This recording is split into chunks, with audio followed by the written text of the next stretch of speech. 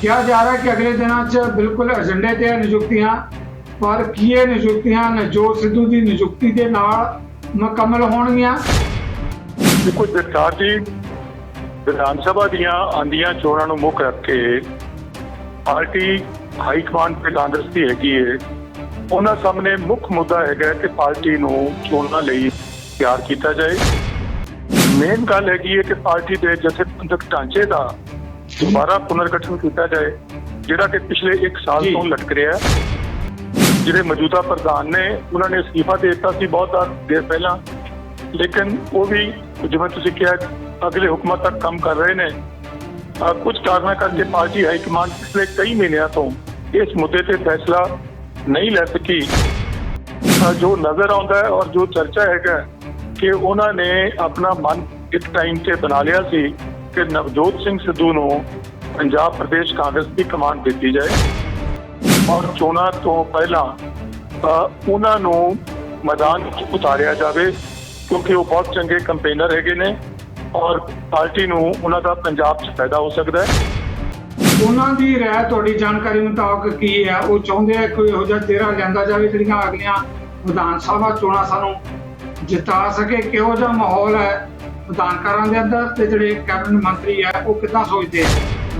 ਜੋ ਢਾਂਚਾ ਹੈਗਾ ਕੈਪਟਨ ਅਮਰਿੰਦਰ ਸਿੰਘ ਦੀ ਅਗਵਾਈ 'ਚ ਜਾਂ ਮੌਜੂਦਾ ਜਿਹੜੇ ਵਿਧਾਨਕਾਰ ਜੋ ਉਹਨਾਂ ਦੀ ਪਰਫਾਰਮੈਂਸ ਰਹੀ ਹੈ ਜਾਂ ਜੋ ਮਿਨਿਸਟਰਾਂ ਦੀ ਪਰਫਾਰਮੈਂਸ ਰਹੀ ਹੈ, ਉਹ ਦੁਬਾਰਾ ਇਲੈਕਸ਼ਨ ਜਿੱਤਣ ਦੇ ਕਾਬਿਲ ਹੈਗੇ ਨੇ। ਇਹੋ ਜਿਹੀਆਂ ਪ੍ਰਸਿੱਧੀਆਂ ਅਗਲੀਆਂ ਵਿਧਾਨ ਸਭਾ ਚੋਣਾਂ ਜਿੱਤਣ ਦੇ ਲਈ ਕਾਂਗਰਸ ਦੇ ਅੰਦਰ ਕੀ ਲੱਗ ਰਿਹਾ ਹੈ? ਹਰਕਮਲ ਜੀ ਨੇ ਜਿਸ ਤਰੀਕੇ ਨਾਲ ਡਿਮਾਂਡਸ ਕੀਤੇ ਹੈ, ਪ੍ਰਾਸ਼ੀ ਜੀ ਕਿਵੇਂ ਦੇਖਦੇ ਹੋ ਇਸ ਮੁੱਦੇ ਤੇ? ਹੁਣ ਇਸ ਵੇਲੇ ਇਹਦੇ ਵਿੱਚ ਇਹ ਕੰਟਰੋਵਰਸੀ ਇਹ ਸ਼ੁਰੂ ਹੋ ਗਈ ਹੈ ਕਿ ਇਹਦਾ ਪ੍ਰਧਾਨ ਜਾਂ ਇਹਦੇ ਵਿੱਚ ਚੇਂਜਸ ਕਰਨ ਦੀ ਲੋੜ ਹੈ ਕਿ ਨਹੀਂ ਹੈ। ਕੈਪਟਨ ਅਮਰਿੰਦਰ ਤੇ ਉਹਨਾਂ ਦੇ ਜਿਹੜੇ ਸਮਰਥਕ ਹੈਗੇ ਪਾਰਟੀ ਦੇ ਵਿੱਚ, ਉਹ ਇਹ ਚਾਹੁੰਦੇ ਹੈ ਕਿ ਪਾਰਟੀ ਵਿੱਚ ਕੋਈ ਚੇਂਜ ਕਰਨ ਦੀ ਲੋੜ ਨਹੀਂ। ਜਿਹੜੇ ਨਵਜੋਤ ਸਿੱਧੂ ਅਗਰ ਚਾਹੁੰਦੇ ਹੈ ਕਿ ਪਾਰਟੀ ਦੀ ਸੇਵਾ ਕਰਨੀ ਹੈ, ਉਹ ਆ ਕੇ ਉਹਨਾਂ ਨੂੰ ਜਿਹੜੀ ਪੋਜੀਸ਼ਨ ਅਸੀਂ ਸਮਝਦੇ ਹਾਂ ਉੱਥੇ ਆ ਜਾਣ, ਚਾਹੇ ਮੰਤਰੀ ਮੰਡਲ 'ਚ ਆ ਜਾਣ, ਤਾਂ ਉਹਦੇ ਵਿੱਚ ਵੀ ਜਿਹੜਾ ਹੈ ਜਿਸ ਪੋਜੀਸ਼ਨ ਛੱਡ ਕੇ ਗਏ ਸੀ ਉੱਥੇ ਆਉਣ। ਉਹ ਛਾਣ ਦੀ ਕੋਸ਼ਿਸ਼ ਕਰਦੇ ਆ ਔਰ ਇਸੇ ਛਾਣ ਦੀ ਆਦਤ ਤੋਂ ਨੇ ਪਰੇਸ਼ਾਨ ਹੋ ਕੇ ਕੈਪਟਨ ਅਮਰਿੰਦਰ ਨੇ ਉਹਨਾਂ ਕੋਲੋਂ ਜਿਹੜਾ ਸੀ, ਤੁਹਾਨੂੰ ਯਾਦ ਹੋਣਾ 1.5 ਸਾਲ ਪਹਿਲੇ ਉਹਨਾਂ ਤੋਂ ਜਿਹੜਾ ਲੋਕਲ ਬੋਡੀ ਦਾ ਇਹ ਪੋਰਟਫੋਲੀਓ ਲਿਆ ਸੀ, ਤਾਂ ਉਹਨਾਂ ਨੂੰ ਇੱਕ ਕੰਪੈਰੇਟਿਵਲੀ ਲਾਸਟ ਜਿਹੜਾ ਇੰਪੋਰਟੈਂਟ ਹੈ ਉਹ ਪਾਵਰ ਦਾ ਮਹਿਕਮਾ ਦਿੱਤਾ ਸੀ, ਜਿਸ ਤੋਂ ਨਾਰਾਜ਼ ਹੋ ਕੇ ਉਹ ਪਾਰਟੀ ਇਸ ਕੈਬਨਿਟ ਤੋਂ ਅਸਤੀਫਾ ਦੇ ਗਏ। ਨਜ਼ਰੀਆ ਦੀ ਡਿਬੇਟ ਜਗਤਾਰ ਸਿੰਘ ਸਿੱਧੂ ਵੱਲੋਂ ਦਰਸ਼ਕਾਂ ਨੂੰ ਸਤਿ ਸ਼੍ਰੀ ਅਕਾਲ, ਸਵਾਗਤ ਹੈ। ਆਪਾਂ ਜਿਸ ਵੱਡੇ ਮੁੱਦੇ ਤੇ ਚਰਚਾ ਕਰ ਰਹੇ ਹਾਂ, ਪੰਜਾਬ ਕਾਂਗਰਸ ਦੀਆਂ ਜਥੇਬੰਦਕ ਚੋਣਾਂ ਏਜੰਡੇ ਤੇ ਹੈ। ਹਾਕਮ ਧਿਰ ਵੱਲੋਂ ਅਗਲੇ ਦਿਨਾਂ 'ਚ ਲਿਆ ਜਾਣਾ ਫੈਸਲਾ। ਸਭ ਤੋਂ ਵੱਡਾ ਸਵਾਲ ਫਿਰ ਵੀ ਇਹੀ ਸਾਹਮਣੇ ਖੜਾ ਹੈ ਕਿ ਨਵੀਆਂ ਨਿਯੁਕਤੀਆਂ 'ਚ ਨਵਜੋਤ ਸਿੱਧੂ ਨੂੰ ਬਣਦੀ ਅਹਿਮ ਥਾਂ ਦਿੱਤੀ ਜਾਏਗੀ। ਜਿੱਥੋਂ ਤੱਕ ਸਵਾਲ ਹੈ ਮੌਜੂਦਾ ਪ੍ਰਧਾਨ ਸੁਨੀਲ ਜਾਖੜ ਦਾ, ਉਹ ਪਹਿਲਾਂ ਹੀ ਇਹ ਕਹਿ ਚੁੱਕੇ ਹੈ ਕਿ ਮੈਂ ਅਗਲੇ ਹੁਕਮਾਂ ਤੱਕ ਜਿਹੜਾ ਹੈਗਾ ਕਾਰਵਾਈ ਕਰਾਂਗਾ। ਇਸ ਤੋਂ ਅਗਲਾ ਵੱਡਾ ਮੁੱਦਾ ਜਿਸ ਤੇ ਆਪਾਂ ਚਰਚਾ ਕਰ ਰਹੇ ਹਾਂ, ਕਿਸਾਨ ਅੰਦੋਲਨ ਜਿਹੜਾ ਕੱਲ੍ਹ ਹੀ ਕਾਲਾ ਦਿਵਸ ਮਨਾ ਕੇ ਹਟਿਆ। ਭਾਜਪਾ ਨੂੰ ਪੰਜਾਬ, ਹਰਿਆਣਾ ਤੇ ਯੂਪੀ 'ਚ ਬਹੁਤ ਵੱਡੀਆਂ ਚੁਣੌਤੀਆਂ ਦਾ ਸਾਹਮਣਾ ਕਰਨਾ ਪੈ ਰਿਹਾ ਹੈ। ਸਵਾਲ ਇਹ ਵੀ ਪੈਦਾ ਹੁੰਦਾ ਹੈ ਕਿ ਆ ਰਹੀ ਵਿਧਾਨ ਸਭਾ ਦੀਆਂ ਚੋਣਾਂ ਦੇ ਮੱਦੇਨਜ਼ਰ ਜੇ ਕਿਸਾਨਾਂ ਦੇ ਨਾਲ ਮੋਦੀ ਸਰਕਾਰ ਕਿਸੇ ਸਮਝੌਤੇ ਤੇ ਨਹੀਂ ਪਹੁੰਚਦੀ ਤਾਂ ਕੀ ਇਹ ਚੋਣਾਂ ਵਾਲੇ ਰਾਜਾਂ 'ਚ ਭਾਰਤੀ ਜਨਤਾ ਪਾਰਟੀ ਆਪਣੀ ਸਥਿਤੀ, ਆਪਣੀ ਪੋਜੀਸ਼ਨ ਬਹਾਲ ਰੱਖ ਸਕੇਗੀ? ਇਹਨਾਂ ਸਾਰੇ ਮੁੱਦਿਆਂ ਤੇ ਮੇਰੇ ਨਾਲ ਚਰਚਾ ਦੇ ਲਈ ਇਸ ਖਿੱਤੇ ਦੇ ਕਦਾਵਰ ਜਰਨਲਿਸਟ ਹਰਕਮਲਜੀਤ ਸਿੰਘ ਜੀ, ਇਸ ਪ੍ਰਾਸ਼ਾ ਜੀ, ਜਸਪਾਲ ਸਿੰਘ ਢਿੱਲੋਂ ਇਹਨੇ ਪੈਨਲ ਤੇ ਮੇਰੀ ਬੇਨਤੀ ਪ੍ਰਵਾਨ ਕਰਕੇ ਜੁੜ ਚੁੱਕੇ ਆ। ਤੁਹਾਡੇ ਸਾਰਿਆਂ ਵੱਲੋਂ ਉਹਨਾਂ ਦਾ ਸਵਾਗਤ, ਜੀ ਆਇਆਂ ਨੂੰ। ਹਰਕਮਲ ਜੀ, ਪਹਿਲਾ ਸਵਾਲ ਮੈਂ ਤੁਹਾਡੇ ਤੋਂ ਲੈਣ ਲੱਗਿਆ। ਪਿਛਲੇ ਕਈ ਦਿਨਾਂ ਤੋਂ ਪੰਜਾਬ ਦੇ ਅੰਦਰ ਹਾਕਮ ਧਿਰ ਦਾ ਸਭ ਤੋਂ ਵੱਡਾ ਸਵਾਲ ਇਹੀ ਜਿਹੜਾ ਰਾਜਸੀ ਤੇ ਮੀਡੀਆ ਦੇ ਗਲਿਆਰਿਆਂ 'ਚ ਉੱਭਰ ਕੇ ਸਾਹਮਣੇ ਆ ਰਿਹਾ ਹੈ, ਕਾਂਗਰਸ ਪਾਰਟੀ ਦੀਆਂ ਜਥੇਬੰਦਕ ਨਿਯੁਕਤੀਆਂ। ਕਿਹਾ ਜਾ ਰਿਹਾ ਕਿ ਅਗਲੇ ਦਿਨਾਂ 'ਚ ਬਿਲਕੁਲ ਏਜੰਡੇ ਤੇ ਨਿਯੁਕਤੀਆਂ, ਪਰ ਕੀ ਇਹ ਨਿਯੁਕਤੀਆਂ ਨਵਜੋਤ ਸਿੱਧੂ ਦੀ ਨਿਯੁਕਤੀ ਦੇ ਨਾਲ ਮੁਕੰਮਲ ਹੋਣਗੀਆਂ? ਇਹ ਸਵਾਲ ਪੰਜਾਬ ਦੇ ਰਾਜਸੀ ਗਲਿਆਰਿਆਂ ਲਈ ਬਹੁਤ ਵੱਡੀ ਅਹਿਮੀਅਤ ਰੱਖਦਾ ਹੈ। ਹਰਕਮਲ ਜੀ, ਕਿਵੇਂ ਦੇਖਦੇ ਇਸ ਮੁੱਦੇ ਨੂੰ? ਦੇਖੋ ਜਗਤਾਰ ਜੀ, ਵਿਧਾਨ ਸਭਾ ਦੀਆਂ ਆਉਂਦੀਆਂ ਚੋਣਾਂ ਨੂੰ ਮੁੱਖ ਰੱਖ ਕੇ ਪਾਰਟੀ ਹਾਈ ਕਮਾਂਡ ਤੇ ਕਾਂਗਰਸ ਦੀ ਹੈਗੀ ਹੈ, ਉਹਨਾਂ ਸਾਹਮਣੇ ਮੁੱਖ ਮੁੱਦਾ ਹੈਗਾ ਕਿ ਪਾਰਟੀ ਨੂੰ ਚੋਣਾਂ ਲਈ ਤਿਆਰ ਕੀਤਾ ਜਾਏ ਔਰ ਉਹਦੇ ਲਈ ਜਿਹੜੀ ਮੇਨ ਗੱਲ ਹੈਗੀ ਹੈ ਕਿ ਪਾਰਟੀ ਦੇ ਜਥੇਬੰਦਕ ਢਾਂਚੇ ਦਾ ਦੁਬਾਰਾ ਪੁਨਰਗਠਨ ਕੀਤਾ ਜਾਏ, ਜਿਹੜਾ ਕਿ ਪਿਛਲੇ 1 ਸਾਲ ਜੀ। ਤੋਂ ਲਟਕ ਰਿਹਾ ਹੈ। ਜਿਹੜੇ ਮੌਜੂਦਾ ਪ੍ਰਧਾਨ ਨੇ ਉਹਨਾਂ ਨੇ ਅਸਤੀਫਾ ਦੇ ਦਿੱਤਾ ਸੀ ਬਹੁਤ ਦੇਰ ਪਹਿਲਾਂ, ਲੇਕਿਨ ਉਹ ਵੀ ਜਿਵੇਂ ਤੁਸੀਂ ਕਿਹਾ ਅਗਲੇ ਹੁਕਮਾਂ ਤੱਕ ਕੰਮ ਕਰ ਰਹੇ ਨੇ। ਕੁਝ ਕਾਰਨਾਂ ਕਰਕੇ ਪਾਰਟੀ ਹਾਈ ਕਮਾਂਡ ਪਿਛਲੇ ਕਈ ਮਹੀਨਿਆਂ ਤੋਂ ਇਸ ਮੁੱਦੇ ਤੇ ਫੈਸਲਾ ਨਹੀਂ ਲੈ ਸਕੀ ਜਾਂ ਅਨਾਉਂਸ ਨਹੀਂ ਕਰ ਸਕੀ, ਲੇਕਿਨ ਜੋ ਨਜ਼ਰ ਆਉਂਦਾ ਹੈ ਔਰ ਜੋ ਚਰਚਾ ਹੈਗਾ ਕਿ ਉਹਨਾਂ ਨੇ ਆਪਣਾ ਮਨ ਇੱਕ ਟਾਈਮ ਤੇ ਬਣਾ ਲਿਆ ਸੀ ਕਿ ਨਵਜੋਤ ਸਿੰਘ ਸਿੱਧੂ ਨੂੰ ਪੰਜਾਬ ਪ੍ਰਦੇਸ਼ ਕਾਂਗਰਸ ਦੀ ਕਮਾਂਡ ਦਿੱਤੀ ਜਾਏ ਔਰ ਚੋਣਾਂ ਤੋਂ ਪਹਿਲਾਂ ਉਹਨਾਂ ਨੂੰ ਮੈਦਾਨ ਵਿੱਚ ਉਤਾਰਿਆ ਜਾਵੇ, ਕਿਉਂਕਿ ਉਹ ਬਹੁਤ ਚੰਗੇ ਕੰਪੇਨਰ ਹੈਗੇ ਨੇ ਔਰ ਪਾਰਟੀ ਨੂੰ ਉਹਨਾਂ ਦਾ ਪੰਜਾਬ 'ਚ ਫਾਇਦਾ ਹੋ ਸਕਦਾ ਹੈ। ਲੇਕਿਨ ਪਿਛਲੇ ਪਿਛਲੇ ਕੁਝ ਦਿਨਾਂ ਤੋਂ ਜਿਵੇਂ ਮੁੱਖ ਮੰਤਰੀ ਨੇ ਉਹਨਾਂ ਦੇ ਖਿਲਾਫ ਇੱਕ ਸਖਤ ਸਟੈਂਡ ਲਿਆ ਹੈ, ਉਹਦੇ ਕਰਕੇ ਸ਼ਾਇਦ ਇਹ ਸਾਰੀ ਜਿਹੜੀ ਪ੍ਰਕਿਰਿਆ ਸੀ ਰੁਕੀ ਹੋਈ ਹੈ।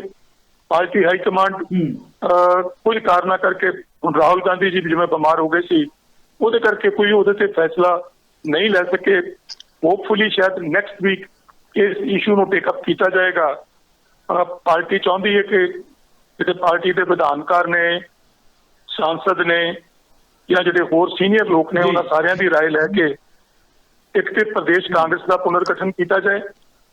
ਔਰ ਜੋ ਚਰਚਾ ਹੈਗਾ ਕਿ ਜਿਵੇਂ ਮੁੱਖ ਮੰਤਰੀ ਸ਼ਾਇਦ ਖੁਦ ਹੀ ਕਹਿ ਰਹੇ ਨੇ ਹਾਈ ਕਮਾਂਡ ਨੂੰ ਕਿ ਉਹ ਨਵਜੋਤ ਸਿੱਧੂ ਨਾਲ ਕੰਮ ਨਹੀਂ ਕਰ ਸਕਣਗੇ, ਪਾਰਟੀ ਹਾਈ ਕਮਾਂਡ ਨੂੰ ਇਹਦੇ ਬਾਰੇ ਵੀ ਕੋਈ ਆਪਣਾ ਮਨ ਬਣਾਉਣਾ ਪਏਗਾ ਕਿ ਜਾਂ ਤੇ ਇਹਨਾਂ ਨੂੰ ਕਿਸੇ ਤਰ੍ਹਾਂ ਇੱਕ ਪਲੇਟਫਾਰਮ ਤੇ ਇਕੱਠੇ ਕਰਨ ਦੀ ਕੋਸ਼ਿਸ਼ ਕੀਤੀ ਜਾਏ ਜਾਂ ਇਕੱਠੇ ਲਿਆਉਣ ਦੀ ਕੋਸ਼ਿਸ਼ ਕੀਤੀ ਜਾਏ, ਜਾਂ ਕੋਈ ਮੁੱਖ ਮੰਤਰੀ ਲਈ ਹੋਰ ਕਿਸੇ ਚੋਇਸ ਨੂੰ ਉਹਦੇ ਬਾਰੇ ਵਿਚਾਰਿਆ ਜਾਏ, ਸੋਚਿਆ ਜਾਏ, ਜਾਂ ਉਹਦੇ ਬਾਰੇ ਕੋਈ ਹੋਰ ਫੈਸਲਾ ਲਿਆ ਜਾਏ।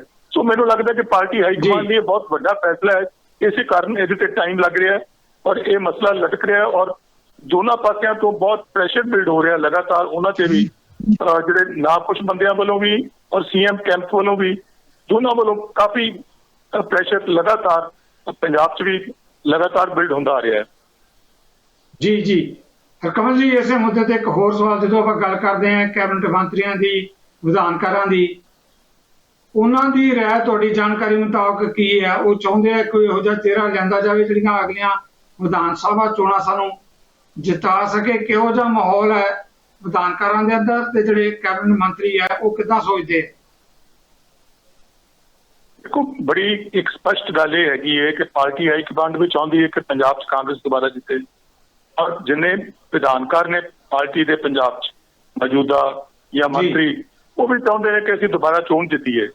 ਲੇਕਿਨ ਜੋ ਅੱਜ ਦੀ ਡੇਟ 'ਚ ਹਾਲਾਤ ਬਣੇ ਹੋਏ ਨੇ, ਜਿਹੋ ਜਿਹੀ ਪਾਰਟੀ ਜਾਂ ਕਾਂਗਰਸ ਸਰਕਾਰ ਦੀ ਪੰਜਾਬ ਦੇ ਵਿੱਚ ਪਰਫਾਰਮੈਂਸ ਰਹੀ ਹੈ, ਜਿੰਨੀ ਕੁ ਐਂਟੀ ਇਨਕਮਬੈਂਸੀ ਇਹਨਾਂ ਦੇ ਖਿਲਾਫ ਇਸ ਵੇਲੇ ਹੈਗੀ ਹੈ, ਉਹਦੇ 'ਚ ਨਜ਼ਰ ਨਹੀਂ ਆ ਰਿਹਾ ਕਿ ਮੌਜੂਦਾ ਜੋ ਢਾਂਚਾ ਹੈਗਾ ਕੈਪਟਨ ਅਮਰਿੰਦਰ ਸਿੰਘ ਦੀ ਅਗਵਾਈ 'ਚ ਜਾਂ ਮੌਜੂਦਾ ਜਿਹੜੇ ਵਿਧਾਨਕਾਰ ਜੋ ਉਹਨਾਂ ਦੀ ਪਰਫਾਰਮੈਂਸ ਰਹੀ ਹੈ ਜਾਂ ਜੋ ਮਿਨਿਸਟਰਾਂ ਦੀ ਪਰਫਾਰਮੈਂਸ ਰਹੀ ਹੈ, ਉਹ ਦੁਬਾਰਾ ਇਲੈਕਸ਼ਨ ਜਿੱਤਣ ਦੇ ਕਾਬਿਲ ਹੈਗੇ ਨੇ। ਸੋ ਮੈਨੂੰ ਲੱਗਦਾ ਕਿ ਪਾਰਟੀ ਹਾਈ ਕਮਾਂਡ ਵੀ ਇਹ ਸਾਰਾ ਕੁਝ ਅੰਡਰਸਟੈਂਡ ਕਰ ਰਹੀ ਹੈ। ਉਹ ਆਪਣੇ ਤੌਰ ਤੇ ਵੱਖ-ਵੱਖ ਏਜੰਸੀਆਂ ਤੋਂ ਰਿਪੋਰਟਾਂ ਵੀ ਲੈ ਰਹੇ ਨੇ। ਸੋ ਪੋਸੀਬਲ ਹੈ ਕਿ ਉਹ ਕੋਈ ਮੈਸਿਵ ਚੇਂਜਸ ਲਿਆਉਣੀਆਂ ਚਾਹਣ।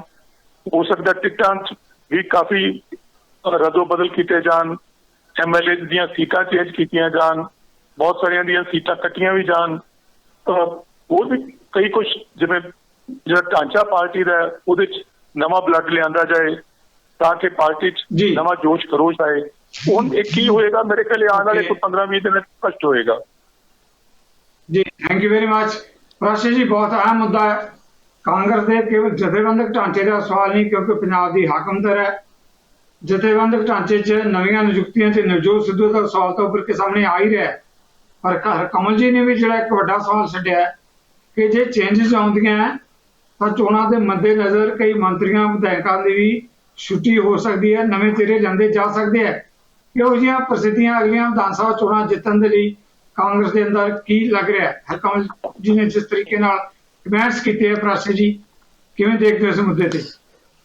ਜਗਤਾਰ ਜੀ, ਗੱਲ ਇਹ ਹੈ ਕਿ ਅਮਰਿੰਦਰ ਸਰਕਾਰ ਹੁਣ ਜਿਹੜੇ ਆਪਣੇ 5 ਸਾਲਾ ਜਿਹੜਾ ਇਹਨਾਂ ਦਾ ਇਹ ਰਜੀਮ ਹੈ ਉਹਦੇ ਆਖਰੀ ਗੇੜ 'ਚ ਪਹੁੰਚ ਚੁੱਕੀ ਹੈ ਔਰ ਸਾਰੀ ਸਰਕਾਰ ਕਾਂਗਰਸ ਪਾਰਟੀ ਇਲੈਕਸ਼ਨ ਮੋਡ 'ਚ ਆ ਚੁੱਕੀ ਹੈ।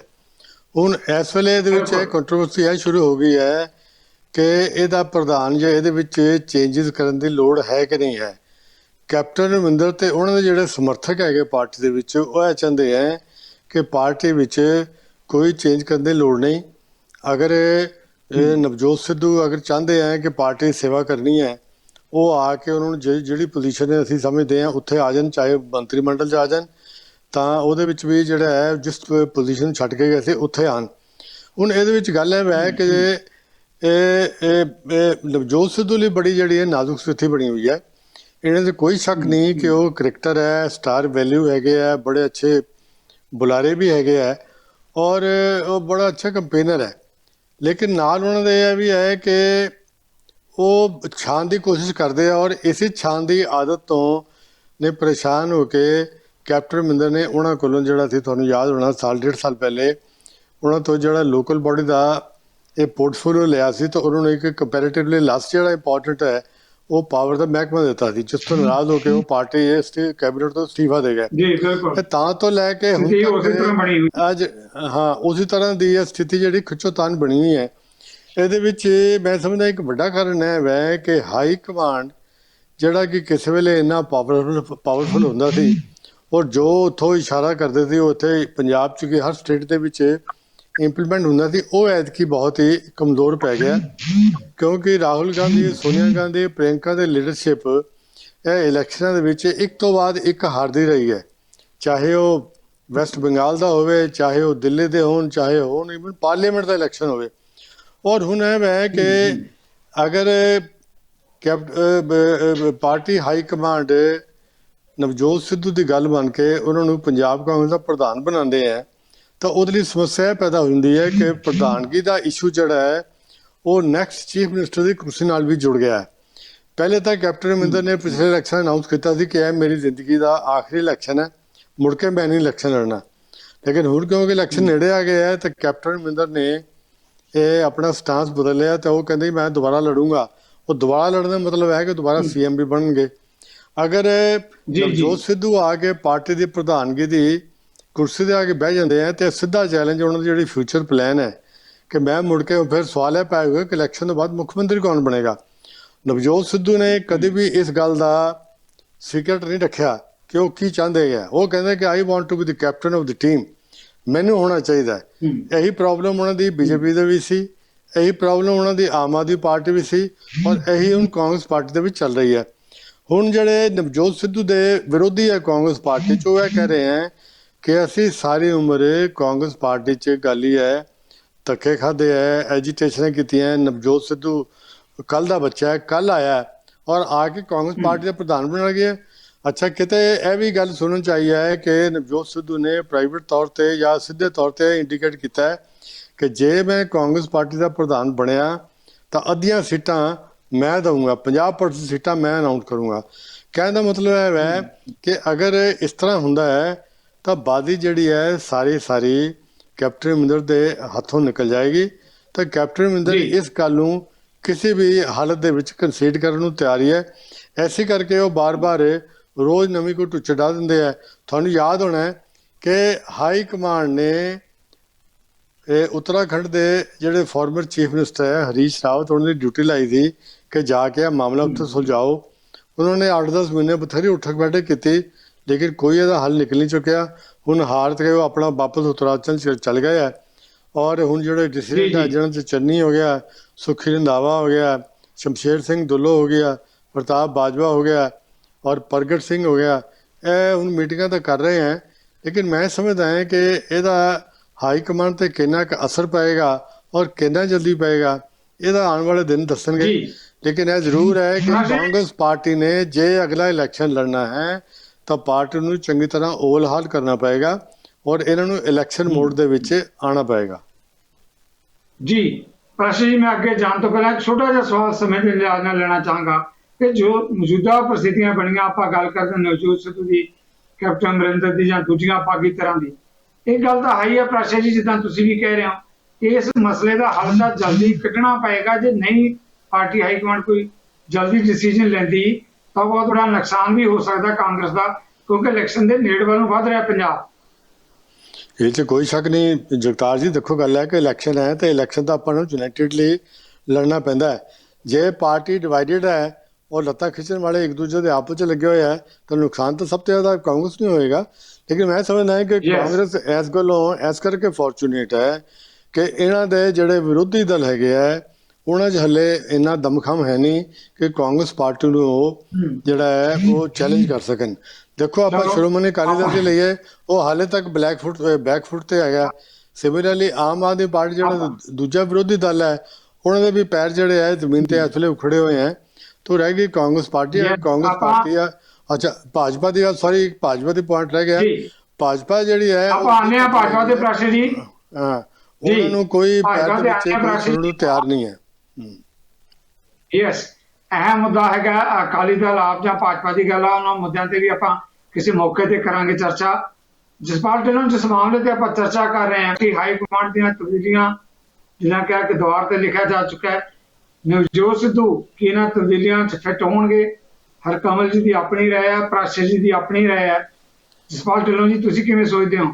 ਬਹੁਤ ਵੱਡਾ ਸਵਾਲ ਹੈ ਕਾਂਗਰਸ ਪਾਰਟੀ ਦੇ ਲਈ।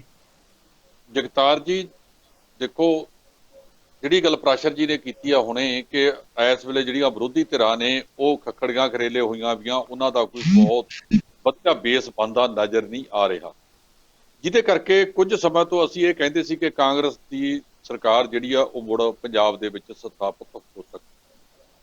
ਜਦੋਂ ਅਜੇ ਤੱਕ ਤਾਂ ਜਿਹੜੀ ਆਪਾਂ ਕਾਂਗਰਸ ਹਾਈ ਕਮਾਂਡ ਕਹੀ ਜਾਂਦੇ ਆ, ਪਰ ਮੈਨੂੰ ਤਾਂ ਕੋਈ ਲੱਗਦਾ ਨਹੀਂ ਹੈਗਾ ਹਾਈ ਕਮਾਂਡ ਵਾਲੀ ਗੱਲ। ਪਤਾ ਨਹੀਂ ਉਹ ਲੋ ਕਮਾਂਡ ਆ ਜਾਂ ਇਸ ਤੋਂ ਵੀ ਥੱਲੇ ਕਿਤੇ ਬੈਠੀ ਹੈ। ਉਹਨਾਂ ਦਾ ਆਪ ਦਾ ਹੀ ਕੋਈ ਡਿਸੀਜਨ ਨਹੀਂ ਹੈਗਾ ਵੀ ਕਿਹਨੂੰ ਕੀ ਕਰਨਾ ਹੈਗਾ। ਉੱਥੇ ਵੀ ਜਿਹੜੀ ਵੱਖ-ਵੱਖ ਵੀ ਉੱਥੇ ਕਮਾਂਡ ਕਿਹਨੂੰ ਦਿੱਤੀ ਜਾਵੇ, ਮਾਤਾ ਕੋਲੇ ਰਹੇ ਜਾਂ ਪੁੱਤਰ ਕੋਲੇ ਰਹੇ। ਜੇ ਪੁੱਤਰ ਕੋਲੇ ਰਹਿੰਦੀ ਹੈ ਤਾਂ ਉਹਦੀਆਂ ਆਪਣੇ ਸਿਸਟਮ ਹੈ ਕਿ ਕਿਹਨਾਂ ਨੂੰ ਅੱਗੇ ਲੈ ਕੇ ਆਉਣਾ ਹੈ। ਜਿਸ ਤਰ੍ਹਾਂ ਦਾ ਇਸ ਵੇਲੇ ਵਿਹਾਰ ਕੀਤਾ ਜਾ ਰਿਹਾ ਕਾਂਗਰਸ ਵੱਲੋਂ, ਮੇਰਾ ਖਿਆਲ ਹੈ ਕਿ ਇਹਨਾਂ ਨੇ ਆਪਣੇ ਆਪ ਜਿਹੜੀ ਦੂਜੀ ਵਾਰ ਸੱਤਾ 'ਚ ਬੈਠਣ ਦੀ ਥਾਂ ਦੇ ਉੱਤੇ ਇਹ ਵਿਰੋਧੀ ਧਿਰ ਦੇ ਵਿੱਚ ਬੈਠਣਾ ਪਸੰਦ ਕਰਨਗੇ।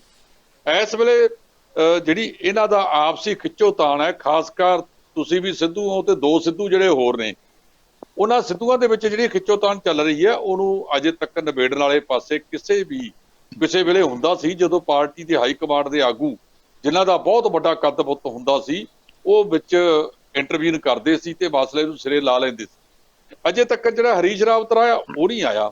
ਇਹਨਾਂ ਨੂੰ ਇਕੱਠੇ ਕਰਨ ਵਾਲਾ ਕਿਹੜਾ ਆਗੂ ਆ ਤੁਸੀਂ ਮੈਨੂੰ ਦੱਸੋ ਜਿਹਦੀ ਗੱਲ ਮੰਨ ਕੇ ਇਹ ਇੱਕ ਮੰਚ ਤੇ ਬੈਠ ਸਕਦੇ ਨੇ। ਸਥਿਤੀ ਇਸ ਤੋਂ ਕਿਤੇ ਅੱਗੇ ਲੰਘ ਚੁੱਕੀ ਹੈ।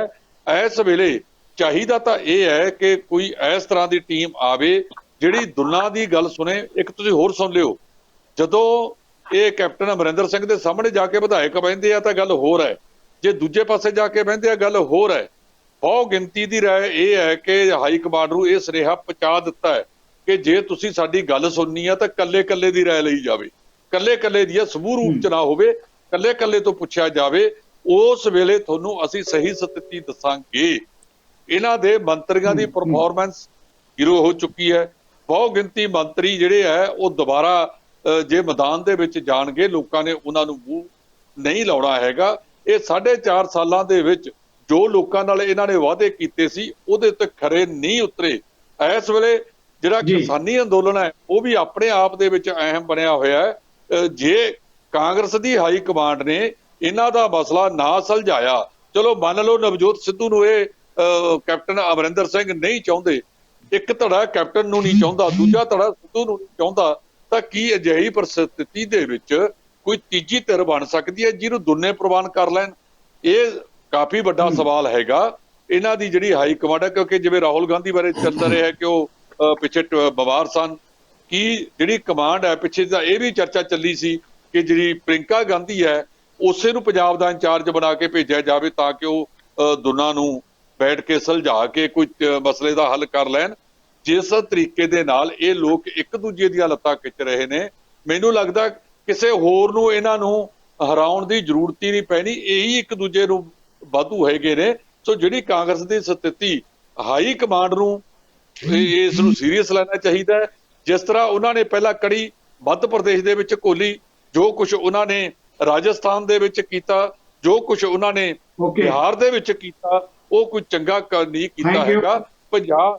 ਪੰਜਾਬ ਇੱਕ ਜਿਹਾ ਸੂਬਾ ਹੈਗਾ ਜਿਹੜਾ ਸਰਹੱਦੀ ਸੂਬਾ ਹੈ, ਔਰ ਇੱਥੇ ਕਾਂਗਰਸ ਨੇ ਜੇ ਸਹੀ ਭੂਮਿਕਾ ਨਿਭਾ ਲਈ ਤਾਂ ਸਰਕਾਰ ਦੁਬਾਰਾ ਸਥਾਪਿਤ ਕੀਤੀ ਜਾ ਸਕਦੀ ਹੈ। ਪਰ ਜੇ ਕੜੀ ਏਦਾਂ ਹੀ ਇਹ ਕੋਲੀ Thank you, ਢਿੱਲੋਂ ਸਾਹਿਬ। ਤਾਂ ਕਿਸੇ ਹੋਰ ਦੀ ਲੋੜ ਨਹੀਂ ਪੈਣੀ, ਇਹ ਖੁਦ ਹੀ ਆਪਣੀਆਂ ਥੈਂਕ ਯੂ ਢਿੱਲੋਂ ਸਾਹਿਬ, ਤੁਹਾਡਾ ਵਿਊ ਪੁਆਇੰਟ ਆ ਗਿਆ। Thank you very much. ਰਾਸ਼ੀ ਜੀ, ਬ੍ਰੇਕ ਤੇ ਜਾਣ ਤੋਂ ਪਹਿਲਾਂ ਮੈਂ ਇੱਕ ਅਹਿਮ ਸਵਾਲ, ਜਦੋਂ ਆਪਾਂ ਜਥੇਬੰਦਕ ਢਾਂਚੇ ਦੀ ਗੱਲ ਕਰਦੇ ਹਾਂ ਕਾਂਗਰਸ ਦੀ, ਕਿਤੇ ਇਹ ਵੀ ਗੱਲ ਨਾਲ ਕਿ ਕਾਂਗਰਸ ਪਾਰਟੀ ਨੂੰ ਪਿਛਲੇ 4.5 ਸਾਲ ਦਾ ਸਮਾਂ ਆਪਾਂ ਗੁਰੂ ਗ੍ਰੰਥ ਸਾਹਿਬ ਦੀ ਬੇਅਦਬੀ ਦੀ ਗੱਲ ਕਰ ਲਈਏ, ਨਸ਼ਿਆਂ ਦੀ ਗੱਲ ਕਰ ਲਈਏ, ਦੂਜੇ ਮੁੱਦਿਆਂ ਦੀ ਗੱਲ ਕਰ ਲਈਏ, ਉਹਨਾਂ ਮੁੱਦਿਆਂ ਤੇ ਵੀ ਵੱਡੀ ਚੁਣੌਤੀ ਦਾ ਸਾਹਮਣਾ ਕਰਨਾ ਪੈ ਰਿਹਾ ਹੈ। ਇਸ ਕਰਕੇ ਜਥੇਬੰਦਕ ਢਾਂਚੇ ਨੂੰ ਮਜ਼ਬੂਤ ਕੀਤੇ ਬਗੈਰ ਇਹਨਾਂ ਮਾਮਲਿਆਂ ਲਈ ਹੋਰ ਵੱਡੀਆਂ ਚੁਣੌਤੀਆਂ ਖੜੀਆਂ ਹੋ ਸਕਦੀਆਂ ਕਾਂਗਰਸ ਲਈ। ਜੀ ਪ੍ਰਾਸ਼ੀ ਜਗਤਾਰ ਜੀ, ਕੋਈ ਸ਼ੱਕ ਨਹੀਂ ਕਿ ਜਿਹੜੇ ਇਹਨਾਂ ਨੇ ਚੋਣਾਂ ਦੇ ਵਿੱਚ ਜਿਹੜੇ ਵਾਅਦੇ ਕੀਤੇ ਵੱਡੇ ਉਹਨਾਂ 'ਚ ਬਹੁਤੇ ਜਿਹੜੇ ਆ ਪੂਰੇ ਨਹੀਂ ਹੋ ਸਕੇ, ਅੱਧੇ ਪਿਛੱਧੇ ਹੋਏ ਆ। ਲੇਕਿਨ ਉਹਦੀ ਵੀ ਸਰਕਾਰ ਕੋਲ ਐਕਸਪਲੇਨੇਸ਼ਨ ਹੈਗੀ ਹੈ ਕਿ ਜੀ ਸਾਡੇ ਕੋਲ ਜਿੰਨਾ ਕੁ ਪੈਸਾ ਸੀ, ਜਿੰਨੇ ਕੁ ਸਾਡੇ ਕੋਲ ਐਫਰਟ ਹੁੰਦੇ ਸੀ, ਅਸੀਂ ਕਰ ਸਕੇ ਹਾਂ। ਅਵੇਲੇਬਲ ਰਿਸੋਰਸਿਸ ਦੇ ਵਿੱਚ ਅਸੀਂ ਪੂਰੀ ਕੋਸ਼ਿਸ਼ ਕੀਤੀ ਹੈ। ਸਾਡੀ ਨੀਅਤ ਮਾੜੀ ਨਹੀਂ, ਲੇਕਿਨ ਰਿਸੋਰਸਿਸ ਤੇ ਸਮੇਂ ਦੀ ਘਾਟ ਕਰਕੇ ਨਹੀਂ ਹੋ ਸਕਿਆ। ਲੇਕਿਨ ਜਗਤਾਰ ਜੀ, ਘੁੰਮ ਕੇ ਗੱਲ ਉੱਥੇ ਆ ਜਾਂਦੀ ਹੈ ਕਿ ਜੇ ਹਾਈ ਕਮਾਂਡ ਦੇ ਸਾਹਮਣੇ ਇਹ ਚੁਆਇਸ ਆਉਂਦੀ ਹੈ ਕਿ ਜੀ ਅਗਲੀ ਚੋਣਾਂ ਦੇ ਵਿੱਚ ਆਪਾਂ ਨਵਜੋਤ ਸਿੱਧੂ ਨੂੰ ਨਾਰਾਜ਼ ਕਰਨਾ ਹੈ ਕਿ ਕੈਪਟਨ ਅਮਰਿੰਦਰ ਨੂੰ ਨਾਰਾਜ਼ ਕਰਨਾ ਹੈ, ਕਿਉਂਕਿ ਦੋਨੋਂ ਸੈਟੀਸਫਾਈ ਨਹੀਂ ਹੋ ਸਕਦੇ, ਤਾਂ ਐਸੀ ਕਰਕੇ ਇਹ ਗੱਡੀ ਇੱਥੇ ਆ ਕੇ ਢੀ ਹੋਈ ਹੈ ਕਿ ਹਾਈ ਕਮਾਂਡ ਜਿਹੜੀ ਹੈ ਕੈਪਟਨ ਅਮਰਿੰਦਰ ਨੂੰ ਨਾਰਾਜ਼ ਕਰਕੇ ਅਗਰ ਨਵਜੋਤ ਸਿੱਧੂ ਨੂੰ ਜ਼ਬਰਦਸਤੀ ਪਾਰਟੀ ਦਾ ਕਾਂਗਰਸ ਦਾ ਪ੍ਰਧਾਨ ਬਣਾਉਂਦੀ ਹੈ ਤੇ ਪਾਰਟੀ ਨੂੰ ਬੜਾ ਵੱਡਾ ਨੁਕਸਾਨ ਹੋ ਸਕਦਾ ਹੈ, ਕਿਉਂਕਿ ਕੈਪਟਨ ਅਮਰਿੰਦਰ ਦੀ ਹਾਮੀ ਦੇ ਬਿਨਾਂ ਉਹ ਨਹੀਂ ਚਲਾ ਸਕਣਗੇ ਪਾਰਟੀ। ਸੋ ਇਸ ਕਰਕੇ ਇਸੇ ਗੱਲ ਦੇ ਉੱਤੇ ਇੰਨੀ ਦੇਰ ਦੀ ਗੱਡੀ ਖੜੀ ਹੈ, ਇਹ ਇਹਨਾਂ ਦਾ ਸੋਲੂਸ਼ਨ ਲੱਭ ਨਹੀਂ ਰਿਹਾ। ਤਾਂ ਬੈਸਟ ਤਾਂ ਮੈਂ ਸਮਝਦਾ ਹੈ ਕਿ ਅਗਰ ਕੈਪਟਨ ਅਮਰਿੰਦਰ ਨੂੰ ਅਗਰ ਕਿਸੇ ਤਰ੍ਹਾਂ ਪਰਸੂਏਟ ਕੀਤਾ ਜਾਏ ਕਿ ਚਲੋ ਪਾਰਟੀ ਦਾ ਪ੍ਰਧਾਨ ਨਹੀਂ ਤਾਂ ਇਹਨਾਂ ਨੂੰ ਕੈਬਨਿਟ 'ਚ ਮੁੜ ਕੇ ਲੈ ਲਾਓ ਜਾਂ ਕੋਈ ਡਿਪਟੀ ਸੀਐਮ ਲਗਾ ਦਿਓ। 4-6 ਮਹੀਨੇ ਅਗਰ ਡਿਪਟੀ ਸੀਐਮ ਬਣ ਜਾਂਦਾ ਹੈ ਕਿ ਨਵਜੋਤ ਸਿੱਧੂ, ਤਾਂ ਪਾਰਟੀ ਨੂੰ ਕੀ ਨੁਕਸਾਨ ਹੋ ਜਾਊਗਾ ਜਾਂ ਕਿਸ ਨੂੰ ਕੀ ਨੁਕਸਾਨ ਹੋ ਜਾਊਗਾ। ਜੀ ਜੀ ਜੀ ਜੀ ਸਰ ਪ੍ਰਾਸ਼ੀ ਜੀ, ਇੱਕ ਲਾਈਨ ਦਾ ਕਮੈਂਟ ਜਿਹੜਾ ਮੈਂ ਬ੍ਰੇਕ ਤੇ ਜਾਣਾ ਹੈ। ਜਿੱਦਾਂ ਤੁਸੀਂ ਕਿਹਾ, ਜੇ ਇਸ ਮਾਮਲੇ ਤੇ ਕੋਈ ਮਸਲੇ ਦਾ ਹੱਲ ਨਹੀਂ ਨਿਕਲਦਾ, ਤੁਸੀਂ ਗੱਡੀ ਦੀ ਗੱਲ ਕੀਤੀ ਹੈ, ਫਿਰ ਗੱਡੀ ਪਲੇਟਫਾਰਮ ਤੇ ਖੜੀ ਵੀ ਰਹਿ ਸਕਦੀ ਹੈ ਜੇ ਹੱਲ ਨਾ ਨਿਕਲਿਆ। Naturally if you can not put your best foot forward, ਅਗਰ ਆਪਾਂ ਯੂਨਾਈਟਡਲੀ ਅਗਲਾ ਇਲੈਕਸ਼ਨ ਨਹੀਂ ਲੜਾਂਗੇ ਤਾਂ ਆਪਣੇ ਨੁਕਸਾਨ ਤੇ ਆਪਣੇ ਪੈਰ ਤੇ ਆਪ ਘੋੜਾ ਮਾਰਨਗੇ। ਇਹ ਗੱਲ ਜਿਹੜੀ ਹੈ ਮੈਂ ਸਮਝਦਾ ਪੰਜਾਬ ਕਾਂਗਰਸ ਵੀ ਸਮਝਦੀ ਹੈ, ਅਮਰਿੰਦਰ ਵੀ ਸਮਝਦੇ ਹੈ ਔਰ ਹਾਈ ਕਮਾਂਡ ਵੀ ਸਮਝਦੀ ਹੈ। ਇसी ਗੱਲ ਨੂੰ ਲੈ ਕੇ ਮਿਹਰਬਾਨੀ ਸਾਹਿਬ, ਥੈਂਕ ਯੂ ਵੈਰੀ ਮਚ। ਲੈਣਾ ਇੱਕ ਛੋਟੀ ਜਿਹੀ ਬ੍ਰੇਕ ਤੋਂ ਬਾਅਦ ਇਸੇ ਮੁੱਦੇ ਤੇ ਆ ਰਹੇ ਹਾਂ ਵਾਪਸ। ਬ੍ਰੇਕ ਤੋਂ ਬਾਅਦ ਨਜ਼ਰੀਏ ਦੀ ਡਿਬੇਟ ਦਰਸ਼ਕਾਂ ਦਾ ਮੁੜ ਇੱਕ ਵਾਰ ਸਵਾਗਤ ਹੈ। ਬਹੁਤ ਵੱਡੀਆਂ ਚੁਣੌਤੀਆਂ ਭਾਜਪਾ ਨੂੰ, ਇੱਕ ਤਰੀਕੇ ਨਾਲ ਭਾਜਪਾ ਦੀ ਬਖਲਾਹਟ ਨਜ਼ਰ ਆ ਰਹੀ ਹੈ। ਰਾਜ ਵਿਧਾਨ ਸਭਾ ਦੀਆਂ ਚੋਣਾਂ ਹੋਣ ਜਾ ਰਹੀਆਂ, ਕਿਸਾਨ ਦੇ ਮਾਹੌਲ ਨਿਕਲੇ, ਪਰ ਲੱਗਦਾ ਹੈ ਕਿ ਜੇ ਇਹੋ ਜਿਹੀਆਂ ਪ੍ਰਸਥਿਤੀਆਂ ਬਣੀਆਂ ਰਹੀਆਂ ਤਾਂ ਭਾਜਪਾ ਲਈ ਇਹਨਾਂ ਚੋਣਾਂ 'ਚ ਖਾਸੀ ਔਖੀ ਸਥਿਤੀ ਬਣਦੀ ਨਜ਼ਰ ਆ ਰਹੀ ਹੈ। ਕਿਵੇਂ ਦੇਖ ਮਸਲੇ ਤੇ, ਇੱਕ ਪਾਸੇ ਕਿਸਾਨ ਅੰਦੋਲਨ, ਦੂਜੇ ਪਾਸੇ ਭਾਜਪਾ ਲਈ ਵਿਧਾਨ ਸਭਾ ਦੀਆਂ ਚੁਣੌਤੀਆਂ। ਜੀ ਕਮਲ ਜੀ। ਜਗਤਾਰ ਜੀ, ਬੀਜੇਪੀ ਦੀ ਪ੍ਰੋਬਲਮ ਇਹ ਹੈਗੀ ਹੈ ਕਿ ਇਹਨਾਂ ਨੇ ਸ਼ੁਰੂ 'ਚ ਇਹ ਪ੍ਰਚਾਰ ਕੀਤਾ ਸੀ ਕਿ ਇਹ ਜਿਹੜਾ ਕਿਸਾਨ ਅੰਦੋਲਨ ਹੈ ਇਹ ਇੱਕ ਸੂਬੇ ਦਾ ਅੰਦੋਲਨ ਹੈ ਔਰ ਪੰਜਾਬ ਦੀਆਂ ਕੁਝ ਕਿਸਾਨ ਜਥੇਬੰਦੀਆਂ ਇਸ ਅੰਦੋਲਨ ਨੂੰ ਚਲਾ ਰਹੀਆਂ। ਲੇਕਿਨ ਇਹ ਅੰਦੋਲਨ ਜਿਵੇਂ ਭਖਿਆ ਹੈਗਾ ਔਰ ਜਿਵੇਂ ਇਸ ਅੰਦੋਲਨ ਕਰਕੇ ਬੀਜੇਪੀ ਨੂੰ ਕਈ ਹੋਰ ਸੂਬਿਆਂ 'ਚ ਵੀ ਨੁਕਸਾਨ ਉਠਾਉਣਾ ਪੈ ਰਿਹਾ ਹੈ। ਹਰਿਆਣੇ 'ਚ ਉਹਨਾਂ ਦੀ ਸਥਿਤੀ ਬੜੀ ਤੁਸੀਂ ਕਹਿ ਸਕਦੇ ਹੋ ਨਾਜ਼ੁਕ ਬਣੀ ਹੋਈ ਹੈ। ਯੂਪੀ 'ਚ ਵੀ ਇਹ ਅੰਦੋਲਨ ਚਲਾ ਗਿਆ ਹੈ। ਯੂਪੀ ਦੀਆਂ ਜਿਹੜੀਆਂ ਪਿੱਛੇ ਚੋਣਾਂ ਹੋਈਆਂ ਉਹਨਾਂ ਦੀਆਂ ਸਥਾਨਕ ਸਰਕਾਰਾਂ ਵਿਭਾਗ ਦੀਆਂ, ਜਿਵੇਂ ਉਹਦੇ 'ਚ ਬੀਜੇਪੀ ਦੀ ਹਾਰ ਹੋਈ ਹੈ, ਉਹਦੇ ਤੋਂ ਬੀਜੇਪੀ 'ਚ ਕਾਫੀ ਮਾਯੂਸੀ ਹੈਗੀ ਹੈ।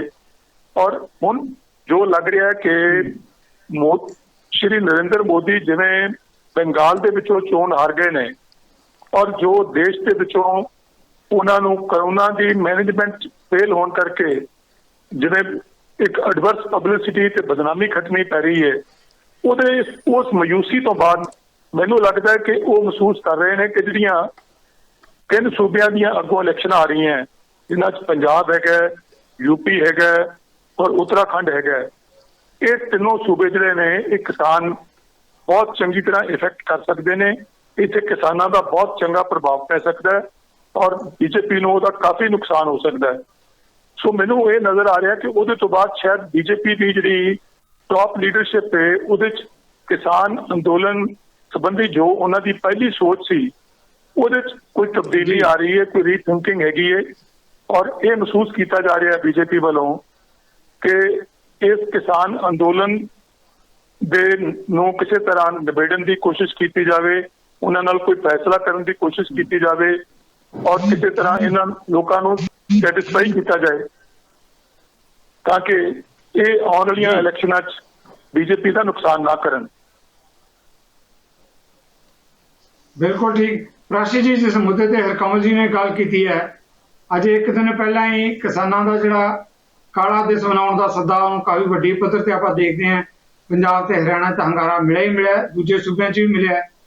ਹੁਣ ਸਵਾਲ ਇਹ ਪੈਦਾ ਹੁੰਦਾ ਜਦੋਂ ਉੱਤਰੀ ਖਿੱਤੇ 'ਚ ਜਿਹੜੇ ਰਾਜਾਂ 'ਚ ਵੀ ਬਹੁਤ ਵੱਡੀ ਚੁਣੌਤੀ ਹੈ।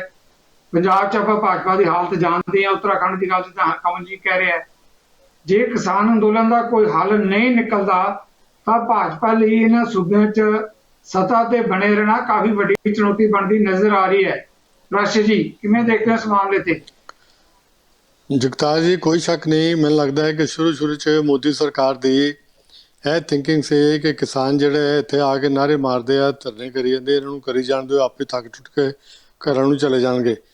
ਲੇਕਿਨ ਜਿੱਦਾਂ ਦਾ ਕੱਲ ਉਹਨਾਂ ਨੇ ਬਲੈਕ ਦਿਵਸ ਮਨਾਇਆ ਔਰ ਸਿਰਫ ਪੰਜਾਬ ਹਰਿਆਣੇ 'ਚ ਵੀ ਹੋਰ ਵੀ ਕਈ ਸਟੇਟਾਂ ਦੇ ਵਿੱਚ ਉਹਨਾਂ ਨੂੰ ਪੂਰਾ ਹੁੰਗਾਰਾ ਮਿਲਿਆ ਔਰ ਨਾਲ ਇਹ ਹੈ ਕਿ ਜਿੰਨੀਆਂ ਆਪੋਜੀਸ਼ਨ ਪਾਰਟੀਆਂ ਨੇ ਉਹਨਾਂ ਨੇ ਸਾਰੇ ਇਕੱਠੇ ਹੋ ਕੇ ਉਹਨਾਂ ਦੀ ਸਪੋਰਟ ਕੀਤੀ ਹੈ ਔਰ ਕਿਸਾਨਾਂ ਦਾ ਉਹੀ ਜੋਸ਼, ਉਹੀ ਦਮਖਮ ਜਿਹੜਾ ਉਹ ਕਾਇਮ ਹੈ।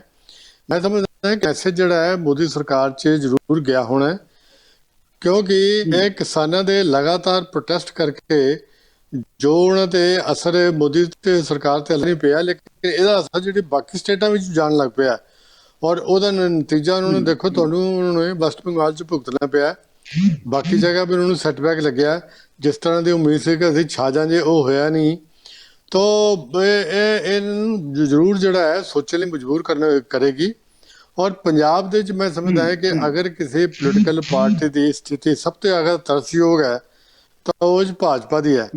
ਉਹਨਾਂ ਦੇ MLA, ਉਹਨਾਂ ਦੇ ਲੀਡਰ ਜਿਹੜੇ ਹੈ ਉਹ ਸੜਕਾਂ 'ਤੇ ਨਿਕਲ ਨਹੀਂ ਸਕਦੇ, ਉਹ ਲੋਕਾਂ ਨੂੰ ਐਡਰੈਸ ਨਹੀਂ ਕਰ ਸਕਦੇ ਔਰ ਕਈ ਜਗ੍ਹਾ ਤਾਂ ਇਹ ਲਿਖੇ ਬਾਹਰ ਲਗਾਇਆ ਕਿ ਇੱਥੇ ਭਾਜਪਾ ਦੇ ਬੰਦਿਆਂ ਦੀ ਐਂਟਰੀ ਮਨਾ ਹੈ ਤੇ ਇਹਨਾਂ ਹਾਲਾਤ ਦੇ ਵਿੱਚ ਉਹ ਇਲੈਕਸ਼ਨ ਕਿੱਥੋਂ ਲੜ ਲੈਣਗੇ।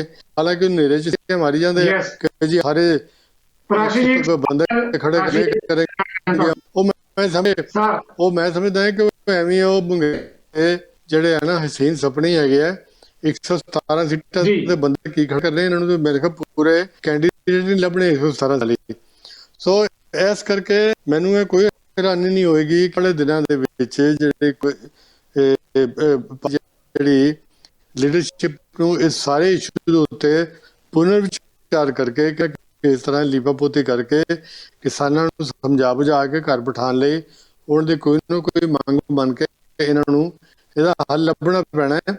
ਅਦਰਵਾਈਜ਼ ਇਹਦਾ ਹੁਣ ਕੀ ਨਹੀਂ ਹੋਏਗਾ, ਉਹ ਵੈਸਟ ਬੰਗਾਲ ਤੋਂ ਬਿਲਕੁਲ ਸਾਫ਼ ਨਜ਼ਰ ਆ ਗਿਆ ਕਿ ਜੋ ਤੁਹਾਡਾ ਹਾਰ ਹੋਇਆ, ਜਿਸ ਤਰ੍ਹਾਂ ਤੁਸੀਂ ਕਹਿੰਦੇ ਸੀ ਕਿ ਇੱਥੇ ਪਏ ਹੈ, ਹੁਣ ਤਾਂ ਹਾਲਤ ਹੈ ਬਹਿ ਕੇ ਤਾਂ 233 ਲੈਣੀ ਹੈ, ਉੱਥੇ ਤੁਸੀਂ ਦੇਖੋ 70 ਸੀਟਾਂ ਤੇ ਰਹਿ ਗਏ।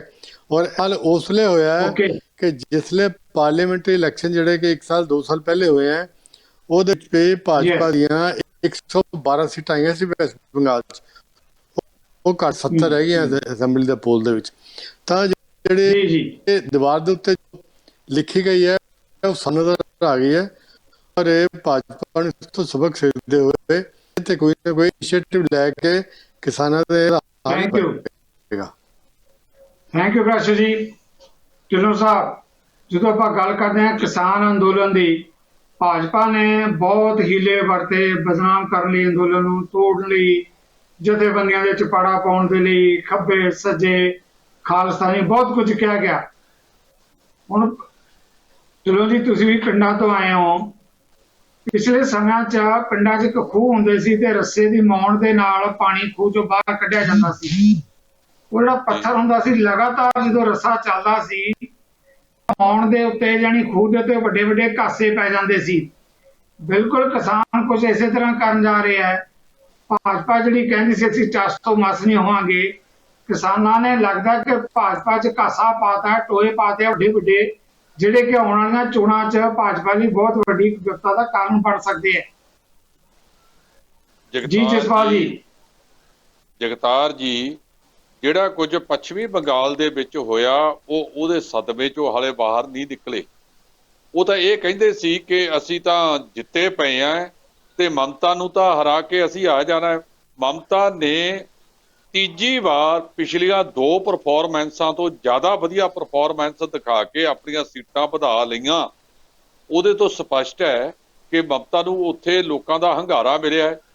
ਜਿਹੜਾ ਭਾਰਤੀ ਜਨਤਾ ਪਾਰਟੀ ਨੇ ਇੱਕ ਨੁਕਸਾਨ ਹੋਰ ਕਰ ਲਿਆ ਜਗਤਾਰ ਜੀ, ਪਹਿਲਾਂ ਕਿਸੇ ਪਾਰਟੀ ਵਿਸ਼ੇਸ਼ ਕਰਕੇ ਪਾਰਟੀਆਂ ਨਹੀਂ ਸੀ ਹੁੰਦੀਆਂ, ਪਾਰਟੀਆਂ ਕਰਕੇ ਵਿਅਕਤੀ ਹੁੰਦੇ ਸੀ, ਪਰ ਭਾਰਤੀ ਜਨਤਾ ਪਾਰਟੀ ਨੇ ਭਾਰਤੀ ਜਨਤਾ ਪਾਰਟੀ ਨੂੰ ਪਿੱਛੇ ਕਰਕੇ ਇੱਕ ਨਰਿੰਦਰ ਮੋਦੀ ਨੂੰ ਕਰਤਾ। ਮੋਦੀ ਹੈ ਤਾਂ ਮੁਮਕਿਨ ਹੈ, ਸਾਰੇ ਪਾਸੇ ਜਿਹੜਾ ਇਹ ਕੀਤਾ, ਇਹਦਾ ਨੁਕਸਾਨ ਭਾਰਤੀ ਜਨਤਾ ਪਾਰਟੀ ਨੂੰ ਹੁਣ ਉਠਾਉਣਾ ਪੈਣਾ ਹੈ।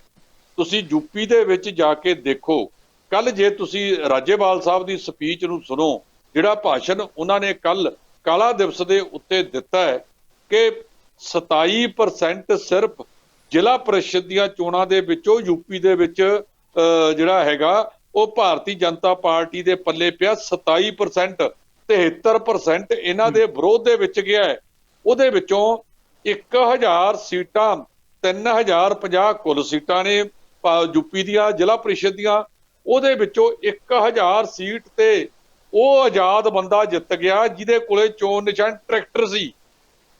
ਹੁਣ ਤੁਸੀਂ ਇਸ ਗੱਲ ਤੋਂ ਦੇਖੋ ਕਿ ਹਾਲੇ ਤੱਕ ਕਿਸਾਨ ਉੱਥੇ ਗਏ ਨਹੀਂ। ਟਕੈਤ ਸਾਹਿਬ ਨੇ, ਇਹਨਾਂ ਸਾਰਿਆਂ ਨੇ, ਸੰਯੁਕਤ ਮੋਰਚੇ ਨੇ ਕਿਹਾ ਕਿ ਹਾਲੇ ਤਾਂ ਸਿਰਫ ਉੱਥੇ ਅਸੀਂ ਇੱਕ ਟ੍ਰੇਲਰ ਦਿਖਾ ਕੇ ਆਏ ਹਾਂ। ਜਦੋਂ ਅਸੀਂ ਯੂਪੀ ਦੇ ਵਿੱਚ ਵਿਧੀਵਤ ਤਰੀਕੇ ਦੇ ਨਾਲ ਵੜ ਗਏ, ਉਹ ਯੂਪੀ ਜਿਹਦੇ ਵਿੱਚ 80 ਸੀਟਾਂ ਨੇ ਲੋਕ ਸਭਾ ਦੀਆਂ, ਜਦੋਂ ਉਹਦੇ ਵਿੱਚ ਉਹ ਜਾ ਕੇ ਕੁੱਦ ਪਏ ਤਾਂ ਇਸ ਵੇਲੇ ਇੱਕ ਵੱਡਾ ਰਾਜ ਜਿਹਦੀਆਂ 80 ਲੋਕ ਸਭਾ ਦੀਆਂ ਸੀਟਾਂ ਨੇ, ਜੇ ਉਹਦੇ ਵਿੱਚ ਸਿਰਫ ਤੇ ਸਿਰਫ ਹੁਕਮਰਾਨ ਜਿੱਥੇ ਯੋਗੀ ਆਦਿੱਤਿਆਨਾਥ ਜੀ ਬੈਠੇ ਨੇ 27% ਪਰਫਾਰਮੈਂਸ ਆਉਂਦੀ ਹੈ। ਹਾਲੇ ਵਿਧੀਵਤ ਤਰੀਕੇ ਦੇ ਨਾਲ ਕਿਸਾਨ ਉੱਥੇ ਗਏ ਨਹੀਂ। ਜਦੋਂ ਕਿਸਾਨਾਂ ਨੇ ਕੱਲੇ ਵਿਧਾਨ ਸਭਾ ਹਲਕੇ ਦੇ ਵਿੱਚ ਜਾ ਕੇ ਪ੍ਰਚਾਰ ਕੀਤਾ ਨਾ ਤੇ ਆਪਣੀਆਂ ਸਾਰੀਆਂ ਗੱਲਾਂ ਬਾਤਾਂ ਉੱਥੇ ਜਾ ਕੇ ਦੱਸੀਆਂ, ਉਸ ਵੇਲੇ ਤੁਸੀਂ ਦੇਖੋ ਪਰ ਸਥਿਤੀ ਕਿਸ ਪਾਸੇ ਨੂੰ ਹੋਵੇਗੀ। ਇਹ ਭਾਵੇਂ ਜੋ ਮਰਜ਼ੀ ਕਹਿੰਦੇ ਰਹਿਣ, ਜਿਹੜੀ ਗੱਲ ਅੱਜ ਤੋਂ 6 ਮਹੀਨੇ ਪਹਿਲਾਂ ਸੀ, ਔਰ ਤੁਸੀਂ ਦੇਖੋ ਕਿ ਮੋਦੀ ਦੀ ਜਿਹੜੀ ਲੋਕਪ੍ਰਿਯਤਾ ਹੈ ਉਹ ਘਟ ਕੇ 37% ਤੇ ਆ ਗਈ। ਇੱਕ ਬੰਦੇ ਦਾ 63% ਆ ਇੱਕ ਸਾਲ ਦੇ ਵਿੱਚ ਘਟ ਜਾਣਾ ਆਪਣੇ ਆਪ ਦੇ ਵਿੱਚ ਮਾਇਨੇ ਰੱਖਦਾ। ਹੁਣ ਉਹ ਕਹਿਣੋਂ ਵੀ ਹਟ ਗਿਆ ਕਿ ਮੋਦੀ ਹੈ ਤਾਂ ਮੁਮਕਿਨ ਹੈ। ਹੁਣ ਇਹ ਲੋਕ ਕਹਿਣ ਲੱਗੇ ਜੇ ਮੋਦੀ ਹੈ ਤਾਂ ਹਾਰ ਵੀ ਸੰਭਵ ਹੈ। ਸੋ ਜਿਹੜੀ ਚੀਜ਼ ਬਿਹਾਰ 'ਚ ਹੋ ਸਕਦੀ ਸੀ, ਜਿਹੜੀ ਗੱਲ ਤੁਸੀਂ ਪਹਿਲਾਂ ਕਰਕੇ ਹਟੇ ਹੋ ਨਾ ਕਾਂਗਰਸ ਦੀ, ਜੇ ਕਾਂਗਰਸ ਦੀ ਹਾਈ ਕਮਾਨ ਨੇ ਸਹੀ ਫੈਸਲਾ ਲਿਆ ਹੁੰਦਾ, ਜਿਹੜੀ ਠੱਲ ਅੱਜ ਪੱਛਮੀ ਬੰਗਾਲ ਦੇ ਵਿੱਚ ਭਾਰਤੀ ਜਨਤਾ ਪਾਰਟੀ ਨੂੰ ਪਈ ਹੈ, ਕਿਉਂਕਿ ਇਹਨਾਂ ਨੇ ਬਿਨਾਂ ਸੋਚੇ ਸਮਝੇ 35 ਦੀ ਥਾਂ ਤੇ 70 ਸੀਟਾਂ ਲਈਆਂ ਬਿਹਾਰ 'ਚ ਤੇ ਜਿੱਤੀਆਂ ਕਿੰਨੀਆਂ 18-19। ਤੇ ਜੇ ਕਿਤੇ ਇਹ 35 ਦੀ ਬਜਾਏ 40 ਲੈ ਲੈਂਦੇ 30 ਤੇਜਸਵੀ ਯਾਦਵ ਹੋਰ ਜਿੱਥੇ ਲੈ ਲੈਂਦਾ ਆਪਦੇ ਕੋਲੇ, ਤਾਂ ਉੱਥੇ ਹੀ ਇਹਨਾਂ ਨੇ ਠੱਲ ਪਾ ਦੇਣੀ ਸੀ ਭਾਰਤੀ ਜਨਤਾ ਪਾਰਟੀ ਨੂੰ। ਬਿਹਾਰ ਦੇ ਵਿੱਚ ਇਸ ਵੇਲੇ ਇਹਨਾਂ ਦੇ ਵਿੱਚ ਅੰਦਰ ਖਾਤੇ ਬਹੁਤ ਵੱਡੀ ਪੱਧਰ ਦੇ ਉੱਤੇ ਮਤਲਬ ਮੰਥਨ ਚੱਲ ਰਿਹਾ ਵੀ ਹੋ ਕੀ ਗਿਆ। ਜਿਹੜੇ ਕਹਿੰਦੇ ਸੀ ਕਿ ਸਰਕਾਰ ਸਾਡੀ ਰਹਿਣੀ ਹੈ, ਉਹਨਾਂ ਨੂੰ ਇਸ ਵੇਲੇ ਬਹੁਤ ਬੁਰੀ ਤਰ੍ਹਾਂ ਬੁਖਲਾਏ ਹੋਏ ਨੇ। ਔਰ ਕਿਸਾਨ ਅੰਦੋਲਨ ਨੂੰ ਜਿਵੇਂ ਪੂਰੇ ਹਿੰਦੁਸਤਾਨ ਦੇ ਵਿੱਚ ਹਰ ਵਰਗ ਤੋਂ ਹਮਾਇਤ ਮਿਲ ਰਹੀ ਹੈ, ਤੁਸੀਂ ਕਿਤੇ ਜਾਓ। ਕੱਲ ਜਦੋਂ ਇਹ ਕਾਲਾ ਦਿਵਸ ਜਦੋਂ ਕਿਸਾਨਾਂ ਨੇ ਮਨਾਇਆ, ਚਲੋ ਸਿਆਸੀ ਪਾਰਟੀਆਂ ਨੇ ਤਾਂ ਆਪਣੀ ਸਿਆਸੀ ਜ਼ਮੀਨ, ਇਸ ਤੋਂ ਇਲਾਵਾ ਮੁਲਾਜ਼ਮਾਂ ਦੀਆਂ ਜਥੇਬੰਦੀਆਂ, ਵਪਾਰੀਆਂ ਦੀਆਂ ਜਥੇਬੰਦੀਆਂ, ਹੋਰ ਵੱਖ-ਵੱਖ ਵਰਗਾਂ ਨੇ ਜਿਸ ਪੱਧਰ ਦੇ ਉੱਤੇ ਜਾ ਕੇ ਕਿਸਾਨੀ ਅੰਦੋਲਨ ਨੂੰ ਅਪਣਾਇਆ, ਉਹ ਕਿਸਾਨੀ ਅੰਦੋਲਨ ਜਿਹੜੀਆਂ 3 ਰਾਜਾਂ ਦੀਆਂ ਵਿਧਾਨ ਸਭਾ ਚੋਣਾਂ ਆ ਰਹੀਆਂ ਨੇ, ਉਹਦੇ ਵਿੱਚ ਜ਼ਰੂਰ ਕੋਈ ਨਾ ਕੋਈ ਆਪਣੀ ਪਰਫਾਰਮੈਂਸ ਵਧੀਆ ਦਿਖਾਏਗਾ। ਜੇ ਭਾਰਤੀ ਜਨਤਾ ਪਾਰਟੀ ਨੇ ਕਿਸਾਨਾਂ ਨਾਲ ਸਮਝੌਤਾ ਨਾ ਕੀਤਾ ਤਾਂ ਜਿਹੜੀ ਭਾਰਤੀ ਜਨਤਾ ਪਾਰਟੀ ਇਹ ਗੱਲ ਕਹਿੰਦੀ ਸੀ ਨਾ ਵੀ ਕਾਂਗਰਸ ਮੁਕਤ ਭਾਰਤ ਬਣਾਉਣਾ ਹੈ, ਤੇ ਫਿਰ ਕਿਸਾਨ ਭਾਜਪਾ ਮੁਕਤ ਭਾਰਤ ਬਣਾ ਦੇਣਗੇ। Okay, thank you. ਫਟਾਉਣ ਜੀ ਪੰਜਾਬ ਨਾਲ ਜੁੜਿਆ ਹੋਇਆ ਇੱਕ ਅਹਿਮ ਸਵਾਲ ਮੈਂ ਜ਼ਰੂਰ ਤੁਹਾਡੇ ਤੋਂ ਲੈਣਾ ਚਾਹਾਂਗਾ ਭਾਜਪਾ ਜਦੋਂ ਪੰਜਾਬ ਦੀ ਗੱਲ ਕਰਦੀ ਹੈ, ਦੇਖ ਰਹੇ ਹੋ ਕਿ ਪਿਛਲੇ ਦਿਨਾਂ 'ਚ ਭਾਜਪਾ ਨੇ ਦਲਿਤ ਪਤਾ ਖੇਡਣ ਦੀ ਪੂਰੀ ਕੋਸ਼ਿਸ਼ ਕੀਤੀ ਹੈ। ਦੂਜੇ ਪਾਸੇ ਪੰਜਾਬ ਦੇ ਵਿੱਚ ਬੜਾ ਸਾਂਝੇ ਤੌਰ ਤੇ ਇੱਕ ਸਾਂਝਾ ਭਾਈਚਾਰਾ, ਕਦੇ ਏਦਾਂ ਦੀ ਗੱਲ ਫਿਰਕਾ ਪ੍ਰਸਤੀ ਜਿਹੜੀ ਪੰਜਾਬ 'ਚ ਉਸ ਤਰ੍ਹਾਂ ਨਜ਼ਰ ਨਹੀਂ ਆਉਂਦੀ। ਭਾਜਪਾ ਨੇ ਸ਼ਹਿਰੀ ਜਿਹੜੇ ਹਿੰਦੂ ਉਹਨਾਂ ਦੇ ਉੱਤੇ ਤੇ ਪਲੱਸ ਜਿਹੜਾ ਦਲਿਤ ਵੋਟਰ, ਤੁਹਾਨੂੰ ਲੱਗਦਾ ਕਿ ਪਤਾ ਖੇਡ ਕੇ ਭਾਜਪਾ ਅੱਗੇ ਆ ਸਕਦੀ ਹੈ ਪੰਜਾਬ 'ਚ? ਕਿਉਂਕਿ ਉਹਨਾਂ ਨੇ ਕਿਹਾ ਕਿ ਭਾਜਪਾ ਦਾ ਮੁੱਖ ਮੰਤਰੀ ਜਿਹੜਾ ਹੋਗਾ ਉਹ ਦਲਿਤ ਹੋਏਗਾ। ਦੇਖੋ, ਗੱਲ ਇਹ ਵੇ ਕਿ ਭਾਜਪਾ ਨੂੰ ਅੱਜ ਦੀ ਡੇਟ 'ਚ ਸਮਝ ਨਹੀਂ ਪੈ ਰਿਹਾ ਕਿ ਉਹ ਪੰਜਾਬ ਦੇ ਵਿੱਚ ਆਪਣੇ ਆਪ ਨੂੰ ਦੁਬਾਰਾ ਸਿਆਸੀ ਮਹਾਜ਼ ਤੇ ਲਿਆਉਣ ਲਈ ਕੀ ਕਰਨ। ਦੇਖੋ, ਇਹ ਗੱਲ ਕਹਿਣਾ ਸਿਰਫ ਇਹ ਹਰੇਕ ਬੰਦੇ ਨੂੰ ਪਤਾ ਹੈ, ਫਿਗਰ ਹਰੇਕ ਨੇ ਦੇਖੀ ਹੈ ਕਿ ਪੰਜਾਬ 'ਚ ਦਲਿਤ ਵੋਟ ਦੀ ਗਿਣਤੀ ਬਹੁਤ ਜ਼ਿਆਦਾ ਹੈ। ਪਰ ਤੁਸੀਂ ਕਹਿ ਰਹੇ ਹੋ ਕਿ ਅਸੀਂ ਜੀ ਦਲਿਤ ਪੰਜਾਬ ਦਾ ਚੀਫ ਮਿਨਿਸਟਰ ਬਣਾਵਾਂਗੇ, ਇਸ ਗੱਲ ਨਾਲ ਵੋਟ ਮਿਲਣ ਵਾਲੀ ਨਹੀਂ ਹੈਗੀ। ਰੀਜ਼ਨ ਬੀਇੰਗ, ਬੀਜੇਪੀ ਇੱਕ ਉਹੋ ਜਿਹੀ ਪਾਰਟੀ ਹੈ ਜਿਹਨੂੰ ਅੱਜ ਤੱਕ ਦਲਿਤ ਨੇ ਕਦੀ ਮੂੰਹ ਨਹੀਂ ਲਾਇਆ ਜਾਂ ਕਦੀ ਪਿਆਰ ਨਹੀਂ ਕੀਤਾ ਹੈਗਾ। ਤੇ ਜੇ ਅੱਜ ਬੀਜੇਪੀ ਇਹ ਸੋਚੇ ਕਿ ਜੀ ਅਸੀਂ ਕੋਈ ਜਿਹੜੀ ਜਿਵੇਂ ਸੁਖਬੀਰ ਬਾਦਲ ਇਹ ਗੱਲ ਕਹਿੰਦਾ ਹੁੰਦਾ ਸੀ ਕਿ ਜੀ ਮੈਂ ਵੋਟ ਮੈਨੇਜਮੈਂਟ ਦੇ ਨਾਲ ਜਿੱਤਾਂਗਾ, ਉਹਨੇ ਆਪਣੀ ਜਿਹੜੀ ਪੰਥਕ ਵੋਟ ਬੈਂਕ ਸੀ ਉਹ ਤੇ ਗਵਾ ਲਿਆ। ਤੇ ਜਿਹੜਾ ਵੋਟ ਮੈਨੇਜਮੈਂਟ ਕਰ ਰਹੇ ਸੀ ਡੇਰਿਆਂ ਦੀਆਂ ਵੋਟਾਂ, ਫਲਾਣੇ ਦੀ ਇੰਨੇ %, ਫਲਾਣੇ ਦੀ ਇੰਨੀ %, ਉਸ ਮੈਨੇਜਮੈਂਟ ਨੇ ਉਹਨਾਂ ਦੀ ਪਾਰਟੀ ਦਾ ਟੋਟਲ ਬੇੜਾ ਗਰਕ ਕਰਤਾ, ਟੋਟਲ ਪੱਠਾ ਬਾਤਾ। ਉਹੀ ਮੈਨੂੰ ਲੱਗਦਾ ਕਿ ਅੱਜ ਦੀ ਡੇਟ ਬੀਜੇਪੀ ਗਲਤੀ ਕਰਨ ਜਾ ਰਹੀ ਹੈ। ਉਹ ਕਿਤੇ ਡੇਰਿਆਂ ਦੀ ਵੋਟ ਫੜ ਰਹੀ ਹੈ, ਕਿਤੋਂ ਦਲਿਤਾਂ ਦੀ ਵੋਟ ਦਾ ਰੌਲਾ ਪਾ ਰਹੀ ਹੈ, ਕਿਤੇ ਉਹ ਸਮਝਦੇ ਨੇ ਕਿ ਹਿੰਦੂ ਵੋਟ ਬੈਂਕ ਪੰਜਾਬ ਦਾ ਸਾਰਾ ਸਾਡੇ ਨਾਲ ਹੈ। ਮੈਨੂੰ ਲੱਗਦਾ ਕਿ ਇਹ ਜਿਹੜੀਆਂ ਸਾਰੇ ਭਰਮ ਹੈਗੇ ਨੇ, ਇਹਨਾਂ ਬਾਰੇ ਕੋਈ ਪ੍ਰੈਡਿਕਸ਼ਨ ਨਹੀਂ ਕਰ ਸਕਦਾ ਕਿ ਪੰਜਾਬ ਦਾ ਜਿਹੜਾ ਹਿੰਦੂ ਵੋਟਰ ਹੈ ਉਹ ਅਗਲੀ ਇਲੈਕਸ਼ਨ 'ਚ ਕਿਹਨੂੰ ਵੋਟ ਪਾਏਗਾ। ਰੀਜ਼ਨ ਬੀਇੰਗ, ਹਿੰਦੂ ਵੋਟ ਜਿਹੜਾ ਉਹ ਹਰ ਵਾਰੀ ਡਿਵਾਈਡ ਹੁੰਦਾ ਕਈ ਪਾਰਟੀਆਂ 'ਚ। ਇਸੇ ਤਰ੍ਹਾਂ ਜਿਹੜਾ ਦਲਿਤ ਹੈਗਾ, ਦਲਿਤ ਹਰੇਕ ਪਾਰਟੀ ਦਾ ਦਲਿਤ ਵਿੰਗ ਆਪਣਾ ਅਲੱਗ ਹੈਗਾ, ਉਹ ਆਪ ਕੰਮ ਕਰਦੇ ਨੇ, ਉਹਨਾਂ ਦਾ ਆਪਣਾ ਵੋਟ ਬੈਂਕ ਹੈਗਾ। ਜੇ ਇਹ ਕੋਈ ਸੋਚੇ ਕਿ ਮੈਨੂੰ ਕਿਸੇ ਇੱਕ ਫਿਰਕੇ ਦੀ ਵੋਟ ਵੱਜ ਕੇ ਪੈ ਜਾਏਗੀ, ਉਹ ਕਿਸੇ ਨੂੰ ਪੈਣ ਵਾਲੀ ਨਹੀਂ ਹੈਗੀ ਪੰਜਾਬ ਦੇ ਵਿੱਚ। ਤੇ ਜੇ ਇਹ ਭਰਮ ਬੀਜੇਪੀ ਪਾਲ ਰਹੀ ਹੈਗੀ ਹੈ ਕਿ ਜੀ ਸਾਨੂੰ ਦਲਿਤ ਵੋਟ ਮਿਲ ਜਾਏਗੀ, ਸਾਨੂੰ ਹਿੰਦੂ ਵੋਟ ਮਿਲ ਜਾਏਗੀ, ਉਹਨਾਂ ਦੀ ਇੰਨੇ % ਤੇ ਉਹਨਾਂ ਦੀ ਇੰਨੇ %, ਤੇ ਮੈਨੂੰ ਲੱਗਦਾ ਬਹੁਤ ਵੱਡੀ ਗਲਤਫਹਿਮੀ 'ਚ ਬੈਠੇ ਨੇ। ਅਲਟੀਮੇਟਲੀ ਮੈਨੂੰ ਜੋ ਲੱਗ ਰਿਹਾ ਹੈ ਕਿ ਪੰਜਾਬ 'ਚ ਜਿਹੜੀ ਬੀਜੇਪੀ ਦੀ ਲੀਡਰਸ਼ਿਪ ਹੈਗੀ ਹੈ, ਉਹ ਆਪਣੀ ਹਾਈ ਕਮਾਂਡ ਨੂੰ ਇਹ ਗੱਲ ਜ਼ਰੂਰ ਸਮਝਾ ਰਹੇ ਨੇ ਕਿ ਅਸੀਂ ਪੰਜਾਬ 'ਚ ਕੰਪੇਨ ਕਰਨ ਜੋਗੇ ਨਹੀਂ ਹੈਗੇ। ਪਹਿਲੀ ਗੱਲ ਤੇ ਕਿ ਤੁਸੀਂ ਪੰਜਾਬ 'ਚ ਕੰਪੇਨ ਕਰ ਸਕੋਗੇ, ਜੇ ਤੁਹਾਨੂੰ ਪੰਜਾਬ ਦੇ ਪਿੰਡਾਂ 'ਚ ਤੁਸੀਂ ਜਾ ਕੇ ਕੰਪੇਨ ਹੀ ਨਹੀਂ ਕਰ ਸਕਦੇ, ਤੁਹਾਨੂੰ ਲੋਕੀ ਮੂੰਹ ਨਹੀਂ ਲਾਉਂਦੇ। ਤੁਸੀਂ ਦੇਖੋ ਅੱਜ ਦੀ ਡੇਟ 'ਚ RSS ਵਾਲਿਆਂ ਨੇ ਇੱਕ ਪਿੱਛੇ ਖੂਨਦਾਨ ਕੈਂਪ ਲਾਇਆ ਸੀ, ਕਿਸਾਨਾਂ ਨੇ ਜਾ ਕੇ ਉਹ ਵੀ ਬੰਦ ਕਰਾਤਾ। ਅੱਜ ਇਹਨਾਂ ਜਥੇਬੰਦੀਆਂ ਜਿਹੜੀਆਂ ਪ੍ਰੋ ਬੀਜੇਪੀ ਜਥੇਬੰਦੀਆਂ ਦਾ ਜੋ ਹਾਲ ਹੋ ਰਿਹਾ ਹੈ ਪੰਜਾਬ 'ਚ, ਜਿਵੇਂ ਲੋਕ ਇਹਨਾਂ ਨੂੰ ਰਿਜੈਕਟ ਕਰ ਰਹੇ ਨੇ, ਮੈਨੂੰ ਲੱਗਦਾ ਕਿ ਇਹਨਾਂ ਨੂੰ ਅਲਟੀਮੇਟਲੀ ਆਪਣੇ ਪੈਰ ਪਿੱਛੇ ਖਿੱਚਣੇ ਪੈਣਗੇ। ਇਹਨਾਂ ਨੇ ਜਿਹੜੇ ਇੱਕ ਆਪਣੀ ਸੋਚ ਬਦਲਣੀ ਪਏਗੀ ਕਿਸਾਨਾਂ ਬਾਰੇ, ਔਰ ਜਿਹੜੇ ਫੈਸਲੇ ਲਏ ਸੀ ਉਹਨਾਂ ਕੋਈ ਤਰਮੀਮਾਂ ਕਰਨੀਆਂ ਪੈਣਗੀਆਂ, ਉਹ ਬਦਲਣੇ ਪੈਣਗੇ। ਅਦਰਵਾਈਜ਼ ਤੇ ਜੋ ਮਰਜ਼ੀ ਪ੍ਰਚਾਰ ਕਰ ਲੈਣ, ਜੋ ਮਰਜ਼ੀ ਤਿਗੜਮਬਾਜ਼ੀ ਖੇਡ ਲੈਣ, ਪੰਜਾਬ 'ਚ ਬੀਜੇਪੀ ਦੇ ਆਉਣ ਵਾਲੀਆਂ ਚੋਣਾਂ 'ਚ ਨਹੀਂ ਕਿ ਪੈਰ ਲੱਗਣ ਵਾਲੇ ਨਹੀਂ ਹੈਗੇ। Okay, thank you very much. Prashi ji, ਇੱਕ ਸਵਾਲ ਮੈਂ ਜ਼ਰੂਰ ਇਸ ਮੁੱਦੇ ਤੇ ਲੈਣਾ ਚਾਹਾਂਗਾ। ਦਲਿਤ ਪਤਾ ਜਿਹੜਾ ਭਾਜਪਾ ਖੇਡਣ ਦਾ ਯਤਨ ਕਰ ਰਹੀ ਹੈ, ਹਿੰਦੂ ਵੋਟਾਂ ਲੈਣ ਲਈ ਕੰਸੋਲੀਡੇਸ਼ਨ ਦੀ ਗੱਲ ਕਰ ਰਹੀ ਹੈ, ਤੁਸੀਂ ਲੰਬੇ ਸਮੇਂ ਤੋਂ ਪੋਲੀਟੀਕਲ ਸਿਸਟਮ ਨੂੰ ਕਵਰ ਕਰਦੇ ਆ ਰਹੇ ਹੋ। ਇੰਨੇ ਕੁ ਮਹੀਨਿਆਂ ਦੇ ਦੌਰਾਨ ਕੀ ਲੱਗਦਾ ਭਾਜਪਾ ਬਿਲਕੁਲ ਜਿਹੜਾ ਜਾ ਕੇ ਦਲਿਤਾਂ ਲਈ ਕੀ ਇਹੋ ਜਿਹਾ ਕਰ ਸਕਦੀ ਕਿ ਦਲਿਤ ਉਹਨਾਂ ਦੇ ਨਾਲ ਆ ਜਾਣ, ਜਾਂ ਹਿੰਦੂ ਵੋਟ ਬੈਂਕ ਜਿਹੜਾ ਕਿ ਉਹਨਾਂ ਦੇ ਨਾਲ ਆ ਕੇ ਖੜਾ ਹੋ ਜਾਏਗਾ? ਪੋਸੀਬਲ ਲੱਗਦਾ ਜੋ ਭਾਜਪਾ ਪਤਾ ਖੇਡਣ ਜਾ ਰਹੀ ਹੈ? ਜੀ ਇਹ ਜਿਹੜਾ ਵੋਟ ਕੰਸੋਲੀਡੇਸ਼ਨ ਵਾਲਾ ਫਾਰਮੂਲਾ ਨਾ, ਇਹ ਭਾਜਪਾ ਨੇ ਵੈਸਟ ਬੰਗਾਲ 'ਚ ਦੇਖਿਆ, ਪੂਰੀ ਤਰ੍ਹਾਂ ਮੂੰਹ ਦਿਖਾਤੀ ਹੈ, ਔਰ ਪੰਜਾਬ ਕਾਮਯਾਬ ਨਹੀਂ ਹੋ ਸਕਦਾ। ਇੱਥੇ ਇਸ਼ੂ ਹੋ ਰਹੇ ਹੈ ਕਿਸਾਨ। ਔਰ ਜਗਤਾਰ ਜੀ, ਇੱਕ ਜਿਹੜਾ ਹੋਰ ਬੜਾ ਪਾਸੂ ਹੈ ਜਿਹੜਾ ਕਿ ਮੈਂ ਸਮਝਦਾ ਇਲੈਕਸ਼ਨ ਕੰਪੇਨ ਦੇ ਨੁਹਾਰ ਹੀ ਬਦਲ ਕੇ ਰੱਖ ਦੇਗਾ, ਉਹ ਹੈ ਕਿ ਜਿਸ ਢੰਗ ਨਾਲ ਕਰੋਨਾ ਵਾਇਰਸ ਫੇਲ ਹੋਈ ਹੈ, ਔਰ ਇਹਦੇ ਵਿੱਚ ਨਹੀਂ ਹਾਹਾਕਾਰ ਸਾਰੀ ਦੁਨੀਆ ਚੱਲ ਗਿਆ।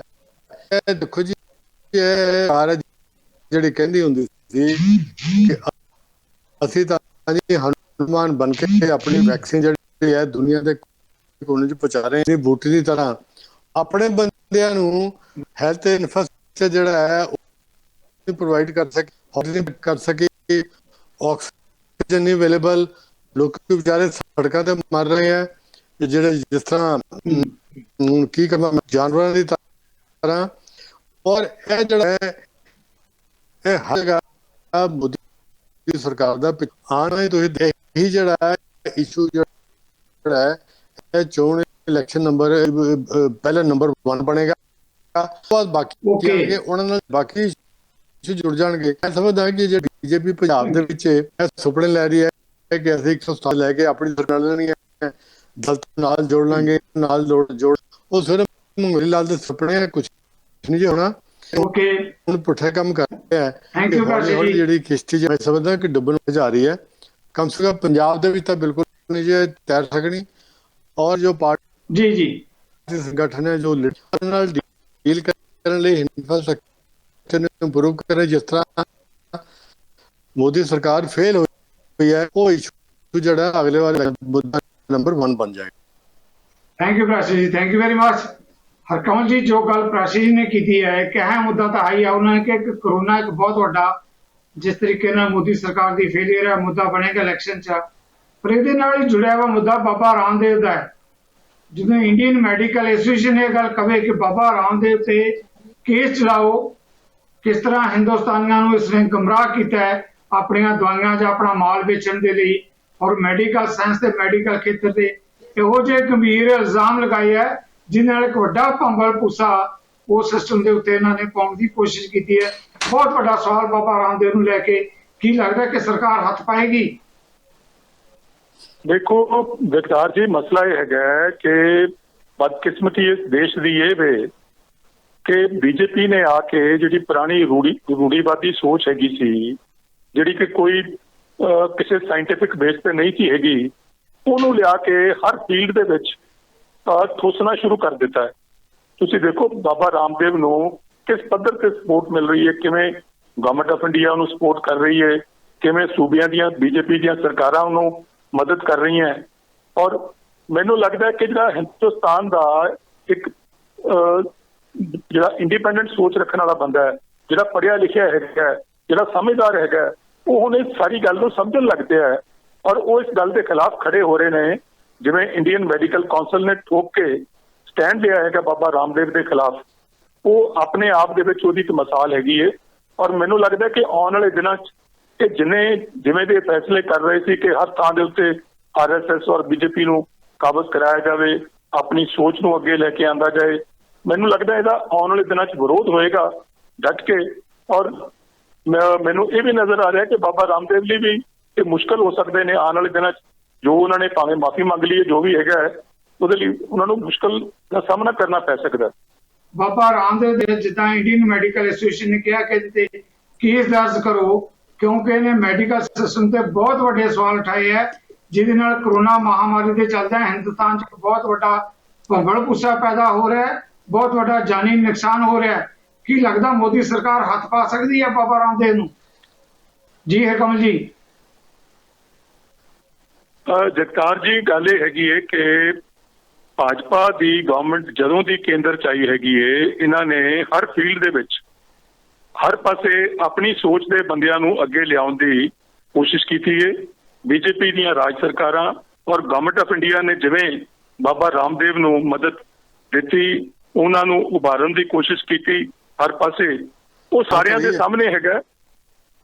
ਔਰ ਉਹਨਾਂ ਨੇ ਜਿਸ ਢੰਗ ਦੇ ਨਾਲ ਇੰਡੀਅਨ ਮੈਡੀਕਲ ਕਾਉਂਸਲ ਜਾਂ ਐਲੋਪੈਥਿਕ ਸਿਸਟਮ ਦੀ ਉਹਨਾਂ ਨੇ ਨੁਕਤਾਚੀਨੀ ਕੀਤੀ, ਉਹਨਾਂ ਦੀ ਇੱਕ ਬੇਇੱਜ਼ਤੀ ਕਰਨ ਦੀ ਕੋਸ਼ਿਸ਼ ਕੀਤੀ। ਮੇਰੇ ਖਿਆਲ ਉਹ ਸਾਰੇ ਜਿਹੜਾ ਇੰਡੀਅਨ ਸਾਡਾ ਐਲੋਪੈਥਿਕ ਸਿਸਟਮ ਹੈਗਾ, ਉਹਦੇ ਲਈ ਇੱਕ ਬੜੀ ਸ਼ਰਮਨਾਕ ਉਹਨਾਂ ਦੀ ਕਾਰਵਾਈ ਸੀ ਔਰ ਜਿਹਦਾ ਬਹੁਤ ਡਟ ਕੇ ਵਿਰੋਧ ਇੰਡੀਅਨ ਮੈਡੀਕਲ ਕਾਉਂਸਲ ਨੇ ਕੀਤਾ ਹੈ। ਔਰ ਮੈਨੂੰ ਲੱਗਦਾ ਕਿ ਭਾਰਤ ਸਰਕਾਰ ਨੂੰ ਅਲਟੀਮੇਟਲੀ ਉਹਦਾ ਨੋਟਿਸ ਵੀ ਲੈਣਾ ਪਏਗਾ। ਜਿਵੇਂ ਸਾਡੇ ਯੂਨੀਅਨ ਮਿਨਿਸਟਰ ਜਿਹੜੇ ਕਿ ਉਹਨਾਂ ਦੇ ਸਮਾਗਮਾਂ 'ਚ ਜਾ ਕੇ ਪਹਿਲਾਂ ਆਪ ਸ਼ਾਮਲ ਹੁੰਦੇ ਰਹੇ, ਉਹਨਾਂ ਨੂੰ ਵੀ ਇੱਕ ਚਿੱਠੀ ਲਿਖ ਕੇ ਉਹਦਾ ਵਿਰੋਧ ਕਰਨਾ ਪਿਆ। ਸੋ ਮੈਨੂੰ ਲੱਗਦਾ ਕਿ ਭਾਜਪਾ ਨੇ ਜਿਹੜੀ ਇੱਕ ਇਹ ਸੋਚ ਅਪਣਾਈ ਸੀ ਕਿ ਹਰ ਖਿੱਤੇ ਦੇ ਵਿੱਚ ਹਰ ਪਾਸੇ ਆਪਣੇ ਬੰਦੇ ਆਪਣੀ ਸੋਚ ਨੂੰ ਅੱਗੇ ਲਿਆਂਦਾ ਜਾਏ, ਉਹਨਾਂ ਨੂੰ ਹੁਣ ਉਹਦੇ ਬਾਰੇ ਸੋਚਣਾ ਪਏਗਾ ਕਿਉਂਕਿ ਦੇਸ਼ 'ਚੋਂ ਉਹਦਾ ਵਿਰੋਧ ਹੋਣ ਲੱਗ ਪਿਆ। ਜੀ ਬਿਲਕੁਲ ਲਾਸਟ ਕਮੈਂਟ ਜਿਹੜਾ ਹੈਗਾ ਚਲੋ ਸਰ ਇਸੇ ਮੁੱਦੇ ਤੇ ਜੋ ਪ੍ਰਾਸ਼ੀ ਜੀ ਨੇ ਸਵਾਲ ਲੈਂਦਾ ਹੈ, ਕਿਸਾਨੀ ਮੁੱਦਾ ਤਾਂ ਹਾਈ ਹੈ ਪਰ ਜਿਸ ਤਰੀਕੇ ਨਾਲ ਕੋਰੋਨਾ 'ਚ ਬੁਰੀ ਤਰ੍ਹਾਂ ਇਸ ਮੁੱਦੇ ਤੇ ਫੇਲ ਹੋ ਰਹੀ ਹੈ ਮੋਦੀ ਸਰਕਾਰ, ਕੀ ਲੱਗਦਾ ਹੈ ਵੀ ਆਉਣ ਵਾਲੀਆਂ ਇਲੈਕਸ਼ਨਾਂ 'ਚ ਇੱਕ ਬਹੁਤ ਵੱਡਾ ਇੰਪੈਕਟ ਪ੍ਰਭਾਵ ਛੱਡੇਗਾ? ਬਿਲਕੁਲ ਇਹਦਾ ਪਵੇਗਾ ਜੀ। ਜਿਹੜੀ ਗੱਲ ਜਗਤਾਰ ਜੀ ਜਿਹੜੀ ਗੱਲ ਮੇਰੇ ਸਾਥੀਆਂ ਨੇ ਕੀਤੀ ਹੈਗੀ ਹੈ, ਪਹਿਲੀ ਗੱਲ ਤਾਂ ਇਹਦੇ ਸਮਾਗਮ ਦੇ ਵਿੱਚ ਸਿਹਤ ਮੰਤਰੀ ਕਿਉਂ ਗਿਆ? ਸਿਹਤ ਮੰਤਰੀ ਨੇ ਜਾ ਕੇ ਇਸ ਦੀਆਂ ਦਵਾਈਆਂ ਦੀ ਪ੍ਰੋੜਤਾ ਕੀਤੀ। ਦੂਜੀ ਗੱਲ, ਜਦੋਂ ਇਹ ਕਰੋਨਾ ਆਇਆ ਪਿਛਲੀ ਵਾਰ ਤੁਹਾਨੂੰ ਯਾਦ ਹੋਣਾ ਹੈ ਕਿ ਨਰਿੰਦਰ ਮੋਦੀ ਨੇ ਲੋਕਾਂ ਨੂੰ ਕਿਹਾ ਕਿ ਤੁਸੀਂ ਤਾਲੀਆਂ ਵਜਾਓ, ਫਿਰ ਕਹਿਤਾ ਕਿ ਤੁਸੀਂ ਲਾਈਟਾਂ ਬੰਦ ਕਰਕੇ ਦੀਵੇ ਜਗਾਓ।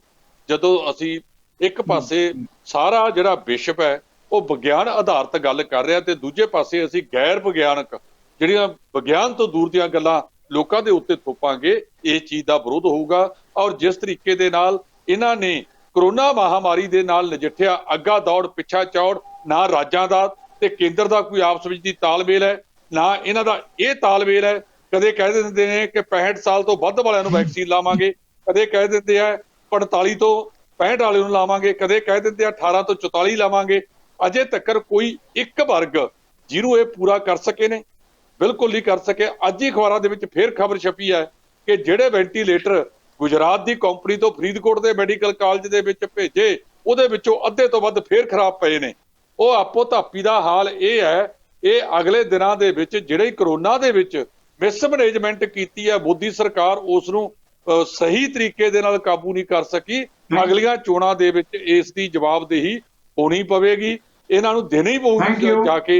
ਇਹ ਮਤਲਬ ਜਿਹੜੀ ਇਹਨਾਂ ਨੇ ਮਨੁੱਖਤਾ ਦਾ ਕਾਨ ਔਰ ਲੋਕਾਂ ਨੂੰ ਜਿਹੜਾ ਮਰਨ ਤੇ ਛੱਡ ਦਿੱਤਾ, ਆਮ ਲੋਕਾਂ ਨੂੰ, ਉਹਦਾ ਜਵਾਬਦੇਹੀ ਅਗਲੀਆਂ ਚੋਣਾਂ ਦੇ ਵਿੱਚ ਇਹ ਮੋਦੀ ਸਰਕਾਰ ਤੇ ਭਾਰੂ ਪੈਣ ਵਾਲੀ ਹੈ। ਜੀ ਰਾਸ਼ੀ ਜੀ, ਹਰਕਮਲ ਜੀ ਢਿੱਲੋਂ ਸਾਹਿਬ, ਪੰਜਾਬ ਦੇ ਅਹਿਮ ਮੁੱਦਿਆਂ ਤੇ ਆਉਣ ਲਈ ਤੁਹਾਡਾ ਬਹੁਤ ਬਹੁਤ ਧੰਨਵਾਦ। ਦਰਸ਼ਕਾਂ ਦੇ ਲਈ ਸੁਨੇਹਾ, ਨਜ਼ਰੀਆ ਦੀ ਡਿਬੇਟ, ਮੀਡੀਆ ਦੀਆਂ ਨਜ਼ਰਾਂ, ਸੱਚ ਦੀ ਪੇਸ਼ਕਾਰੀ। ਉਮੀਦ ਹੈ ਪੰਜਾਬ ਦੀ ਆਵਾਜ਼ ਤੁਹਾਨੂੰ ਪਸੰਦ ਆਏਗੀ ਤੇ ਤੁਸੀਂ ਹਮੇਸ਼ਾ ਦੀ ਤਰ੍ਹਾਂ ਆਪਣੇ ਜਿਹੜੇ ਕਮਿਊਨੀਕੇਸ਼ਨ ਦੇ ਸੋਰਸਸ ਹੈ ਉਹਨਾਂ ਤੇ ਸ਼ੇਅਰ ਵੀ ਜ਼ਰੂਰ ਕਰੋਗੇ। ਇੱਕ ਵਾਰ ਮੈਂ ਮੁੜ ਤੁਹਾਡੇ ਸਾਰਿਆਂ ਵੱਲੋਂ ਤਿੰਨੇ ਕਦਾਵਰ ਜਰਨਲਿਸਟਾਂ ਦਾ ਧੰਨਵਾਦੀ ਹਾਂ ਤੇ ਇਸ ਦੇ ਨਾਲ ਹੀ ਤੁਹਾਡੇ ਕੋਲੋਂ ਵੀ ਲਵਾਂਗਾ ਇਜਾਜ਼ਤ। ਸਤਿ ਸ੍ਰੀ ਅਕਾਲ। ਸਾਡਾ ਹਰ ਇੱਕ ਪ੍ਰੋਗਰਾਮ ਦੇਖਣ ਤੇ ਸਾਡੇ ਨਾਲ ਜੁੜਨ ਲਈ ਸਬਸਕ੍ਰਾਈਬ ਕਰੋ ਚੈਨਲ ਪੰਜਾਬੀ ਤੇ ਨੋਟੀਫਿਕੇਸ਼ਨ ਲਈ ਬੈਲ ਆਈਕਨ ਵਾਲੇ ਬਟਨ ਤੇ ਕਲਿੱਕ ਕਰੋ।